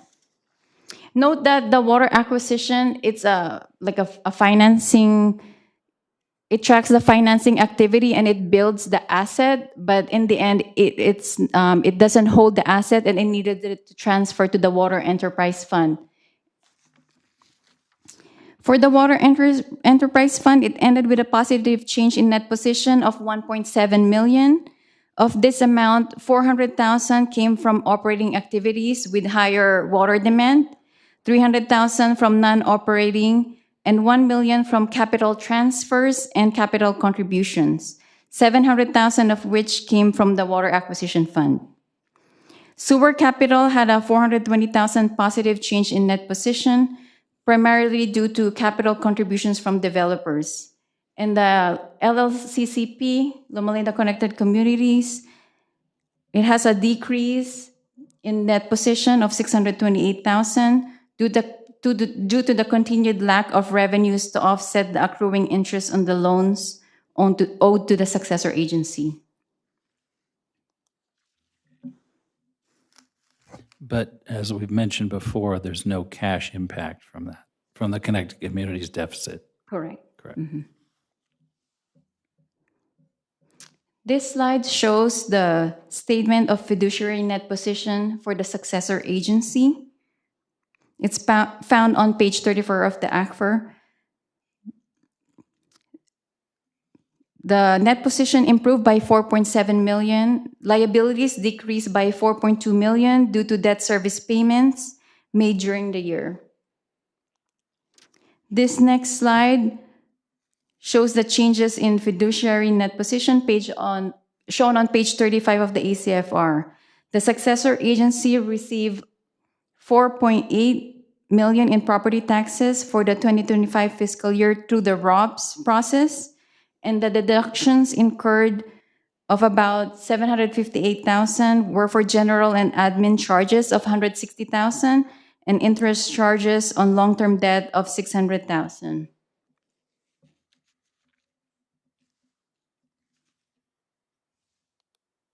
And this concludes my presentation. To wrap up, further detail can be found on the management discussion and analysis on pages 5 to 17 of the CFR. And then we would like to thank everyone from every department for their assistance in the preparation of the city's 2025 ACFR. The report information not only includes financial data, but also significant events and accomplishments for 2025 that is gathered from all city departments. Everyone's participation is much appreciated. So staff is requesting that City Council consider receiving and filing the report. I'd be happy to answer any questions. Dr. Rigsby. I'd just like to thank the Finance Department for putting together this excellent report and for all of the financial activities that underlie it. I don't have a question, just a couple of general statements. It's great that you actually highlight. I mean, you throw so many numbers out there. It's sometimes hard to comprehend what the meaning of those numbers are relative to the overall budget. But the report itself does a pretty good job of outlining some of the concerns. And a couple of concerns that stick out in my mind is our tax Sales tax revenue has increased by $530,000. That's a significant drop. So that's either a reflection that the economy is really slowing down or businesses are leaving. So obviously, we have to figure out a way to counter that. The only other highlight for me is a large portion of our deficit was related to salaries and benefits. That was almost $750,000. That's all that money went for that. And then the other highlight for me is we're still incurring significant amount of overtime to the tune of $600,000 every year. And this is not related to people going out and fighting fires in California. This is overtime here.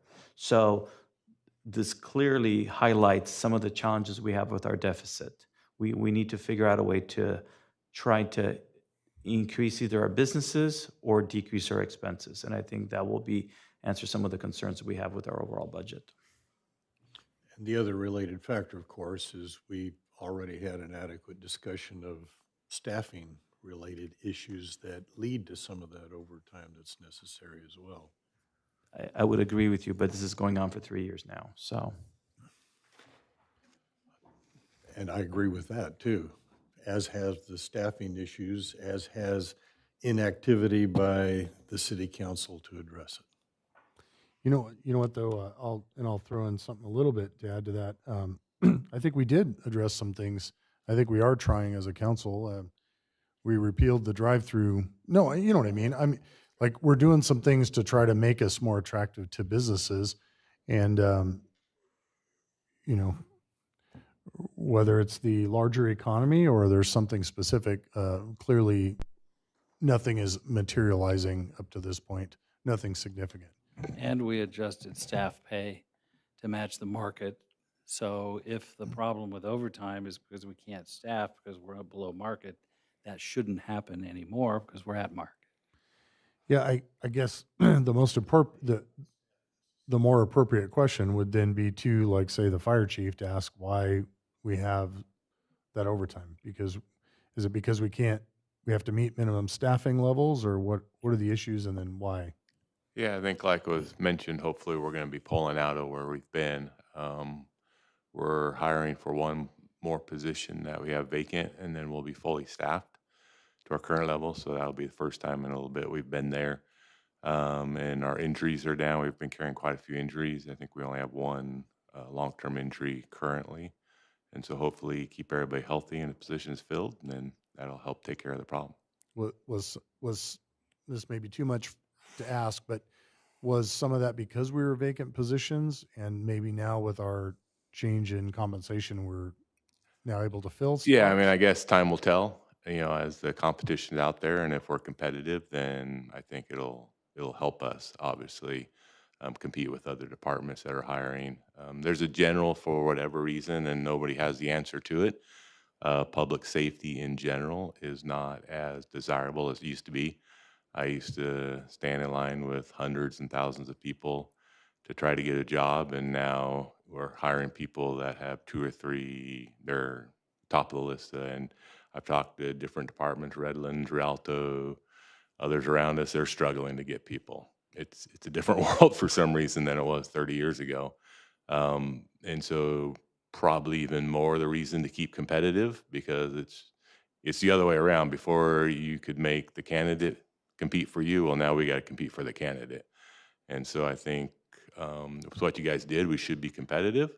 And I think we're looking at that. We got a good list last time. I think the current list we've got 20, or I think by the time we actually pull the names to do it, we'll probably have over 20 candidates for one position. So that's pretty good. Should be able to easily fill that position.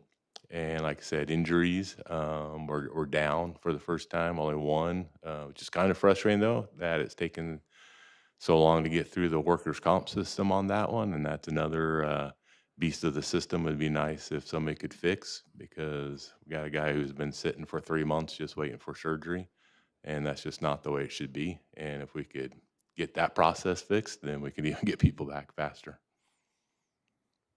All right, sir. Thank you. And I have a budget question. Sonia, when we budget for the fire department, do we budget an average amount of overtime based on past expense, and then in that case, if we had less overtime, then we would have a budget, a relative budget surplus compared to our projections. Yeah, we start off with the conservative amount, and then at mid-year is when we assess what the need has been, and then project out to the end of the year, and that's when it's adjusted. It'll either be adjusted, higher or lower. In other words, if we have overtime, it doesn't worsen the budget. It only worsens the budget if it's worse than prior years or a conservative estimate of current year budget overtime. It will worsen it if some catastrophe happens here in the city, or like Chief mentioned, if we have injuries that we need to, address. But as far as strike team, that even if it happens, we do get reimbursement from the state, so that would be a wash. Yeah, I was just wanting to point out that if we have overtime, it doesn't worsen the budget compared to our current projections because it's already included in the budget projections. A base amount, yes, a low estimate. Okay. Any other questions? Just one clarification for Councilman Popescu. The sales tax, the gross sales tax actually increased by 220,000, but what we present is net of sales tax incentive, and we have more sales tax incentive that offsets it just due to timing. Just a correction. Thank you. Okay, that makes sense. All right. No other questions? This is receive and file, correct? All right. Thank you very, very much. Thank you. All right. We'll move on to the consent calendar. I'll move it. Second. Okay, we have a first and a second. Madam Clerk? Thank you. Motion is to approve the consent calendar as submitted. Please vote.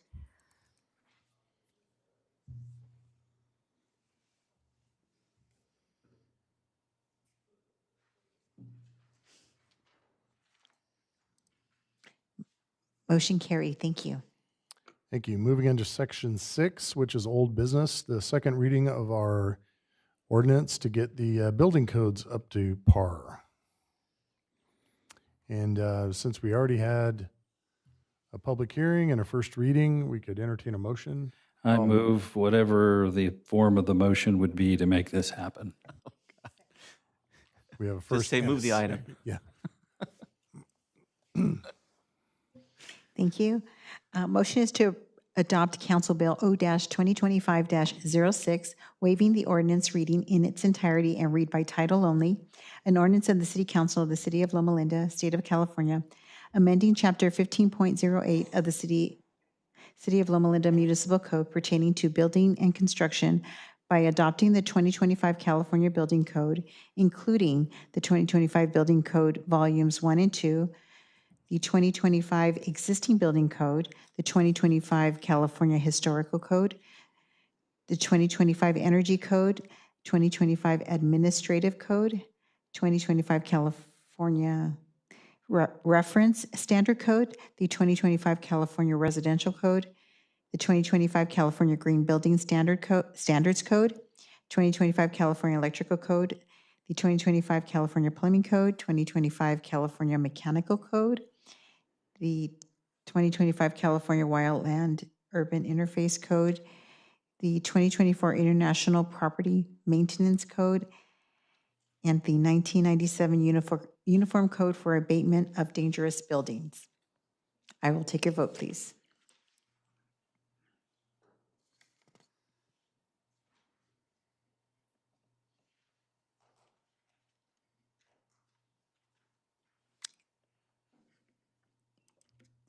Motion carried unanimously. Thank you. Thank you very much. On to 7B. And this was to look at time limits on presentations at council meetings.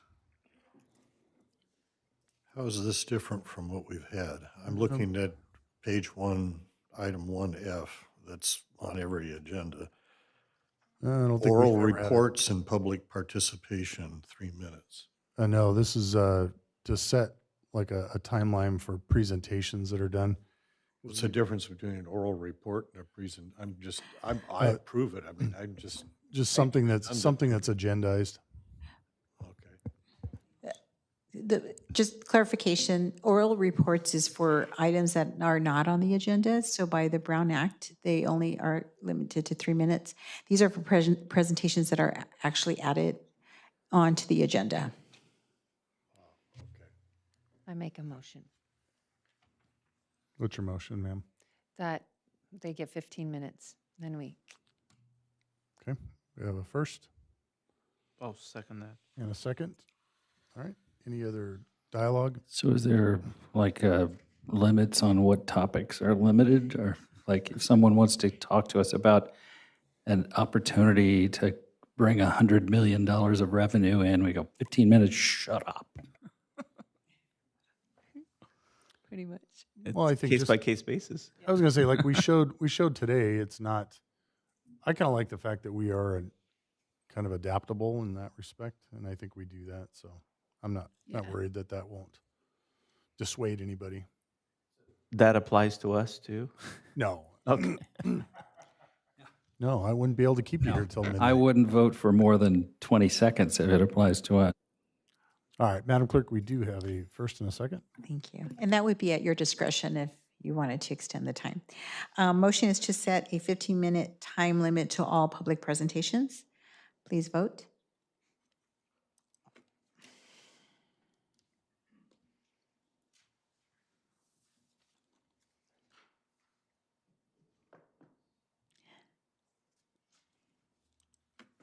Motion carried unanimously. Thank you.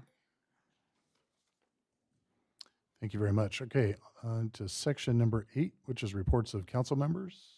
Just a general comment. I'd like to see if we could maybe at the next council meeting get a report from staff just relative to our efforts to try to address some of their economic development opportunities, whether it be what are we doing to recruit new businesses, what are the opportunities to generate revenue relative to other opportunities. So I know I may talk to you from time to time and ask, but it'd be nice to have just a general report saying, hey, here's some other things that we're doing to try to raise revenue. Here's an estimate as what we think that revenue is going to look like on a timeline. I know there were efforts to try to get grants. There's efforts to try to promote the city and network with businesses. I know we at one time had a staff person dedicated to that purpose. That's no longer the case. So therefore, what is the alternative? You know, who's spearheading our economic development? We're a small city. Other cities have staff dedicated to it. They've got people who are, you know, proficient in writing grants and everything else. So, and then of course, on that note, we did receive a grant from Congressman Obernolte. I talked to his staff person yesterday.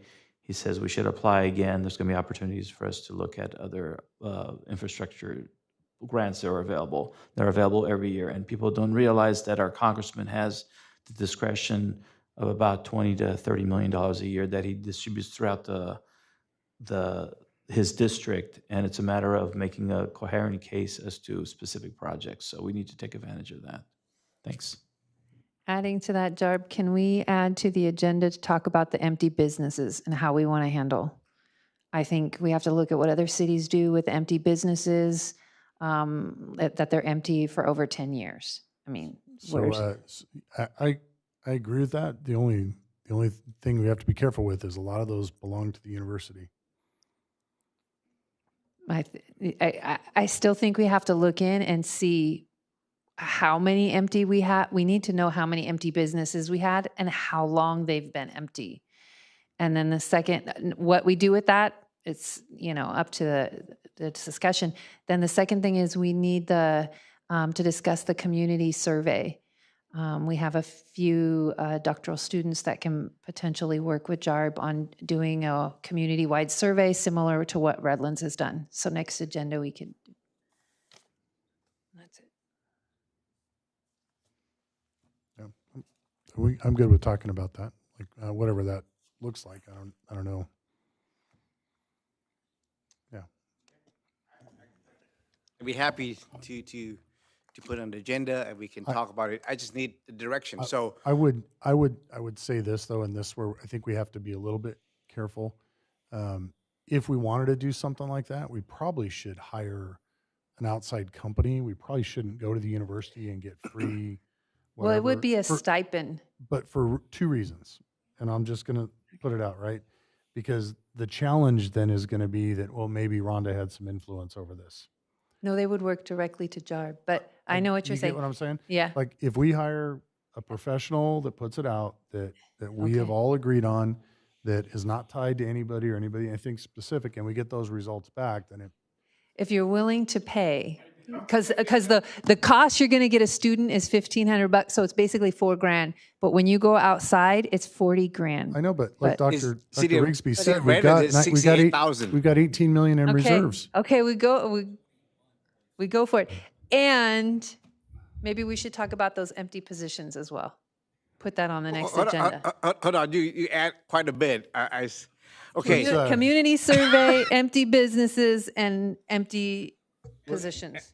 And then the economic development and timeline and Let's pick two of those. I'm Which not two do you sure want? what you mean by empty businesses. Are Like you the talking ABC about the storefronts. ABC Are you talking bookstore. about facilities? Yeah, she's talking about Buildings. storefronts. Storefronts. All right, all right.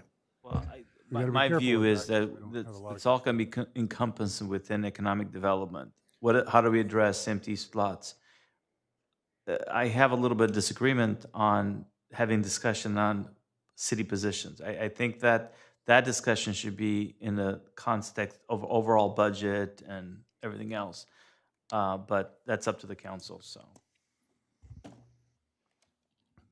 Do you have clarity? Well, I think that a lot of this would be handled through an effective strategic planning process. Been through it multiple times in different organizations, and then we have a compass, and that's what I heard discussed earlier, is that basically we need a compass, so we have priorities and we know what resources we need to have available to apply to those priorities. Yeah, but, okay. But I'm worried we're going to meander off into a whole bunch of other stuff here now, and I'm getting tired.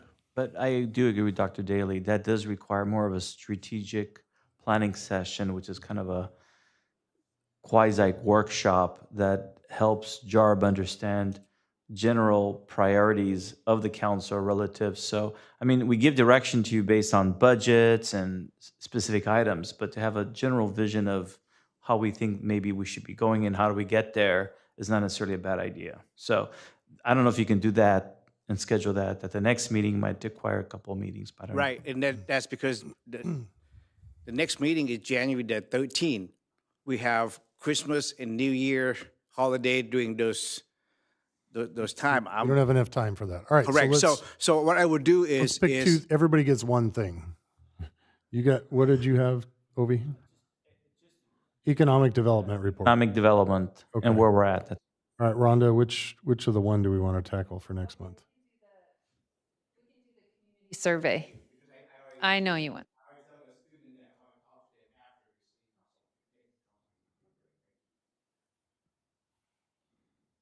And you heard. We need to $23 know million. what it is we're surveying too. I mean, It would again, be a I've got more it's like questions. a- It's gonna come out I'm for not this- opposed to it. Yeah. I'm just needing more clarification than we have time for now. It's gonna come back. what I can do, because what I did was I went to Redlands and talked to the city manager of the city of Redlands, and he gave me example of what they did and how much it cost. So I have those information. What I can do is I can put in the budget for you to look at. I mean, on the agenda for you to look at what kind of questionnaire to ask, and then start the conversation. So, Okay. Yeah, no, I think that's good, and I think it should be something we all look at. I also think it should be something that's kind of independent too. We just got to be careful we don't. Yeah. All right. Reports of officers. All right. Again, Sonia and the finance staff, they did a great job. It's a lot of work doing audit and to get all the information, so. All right, so I mean, we're already big super fans of Sonia, and obviously we know how awesome she is. But I'm telling you, I watched her run around with little kids this last weekend and take care of people, and that was pretty awesome too. So she has a huge heart and a huge mind. Thank you. All right, with that, we're adjourned.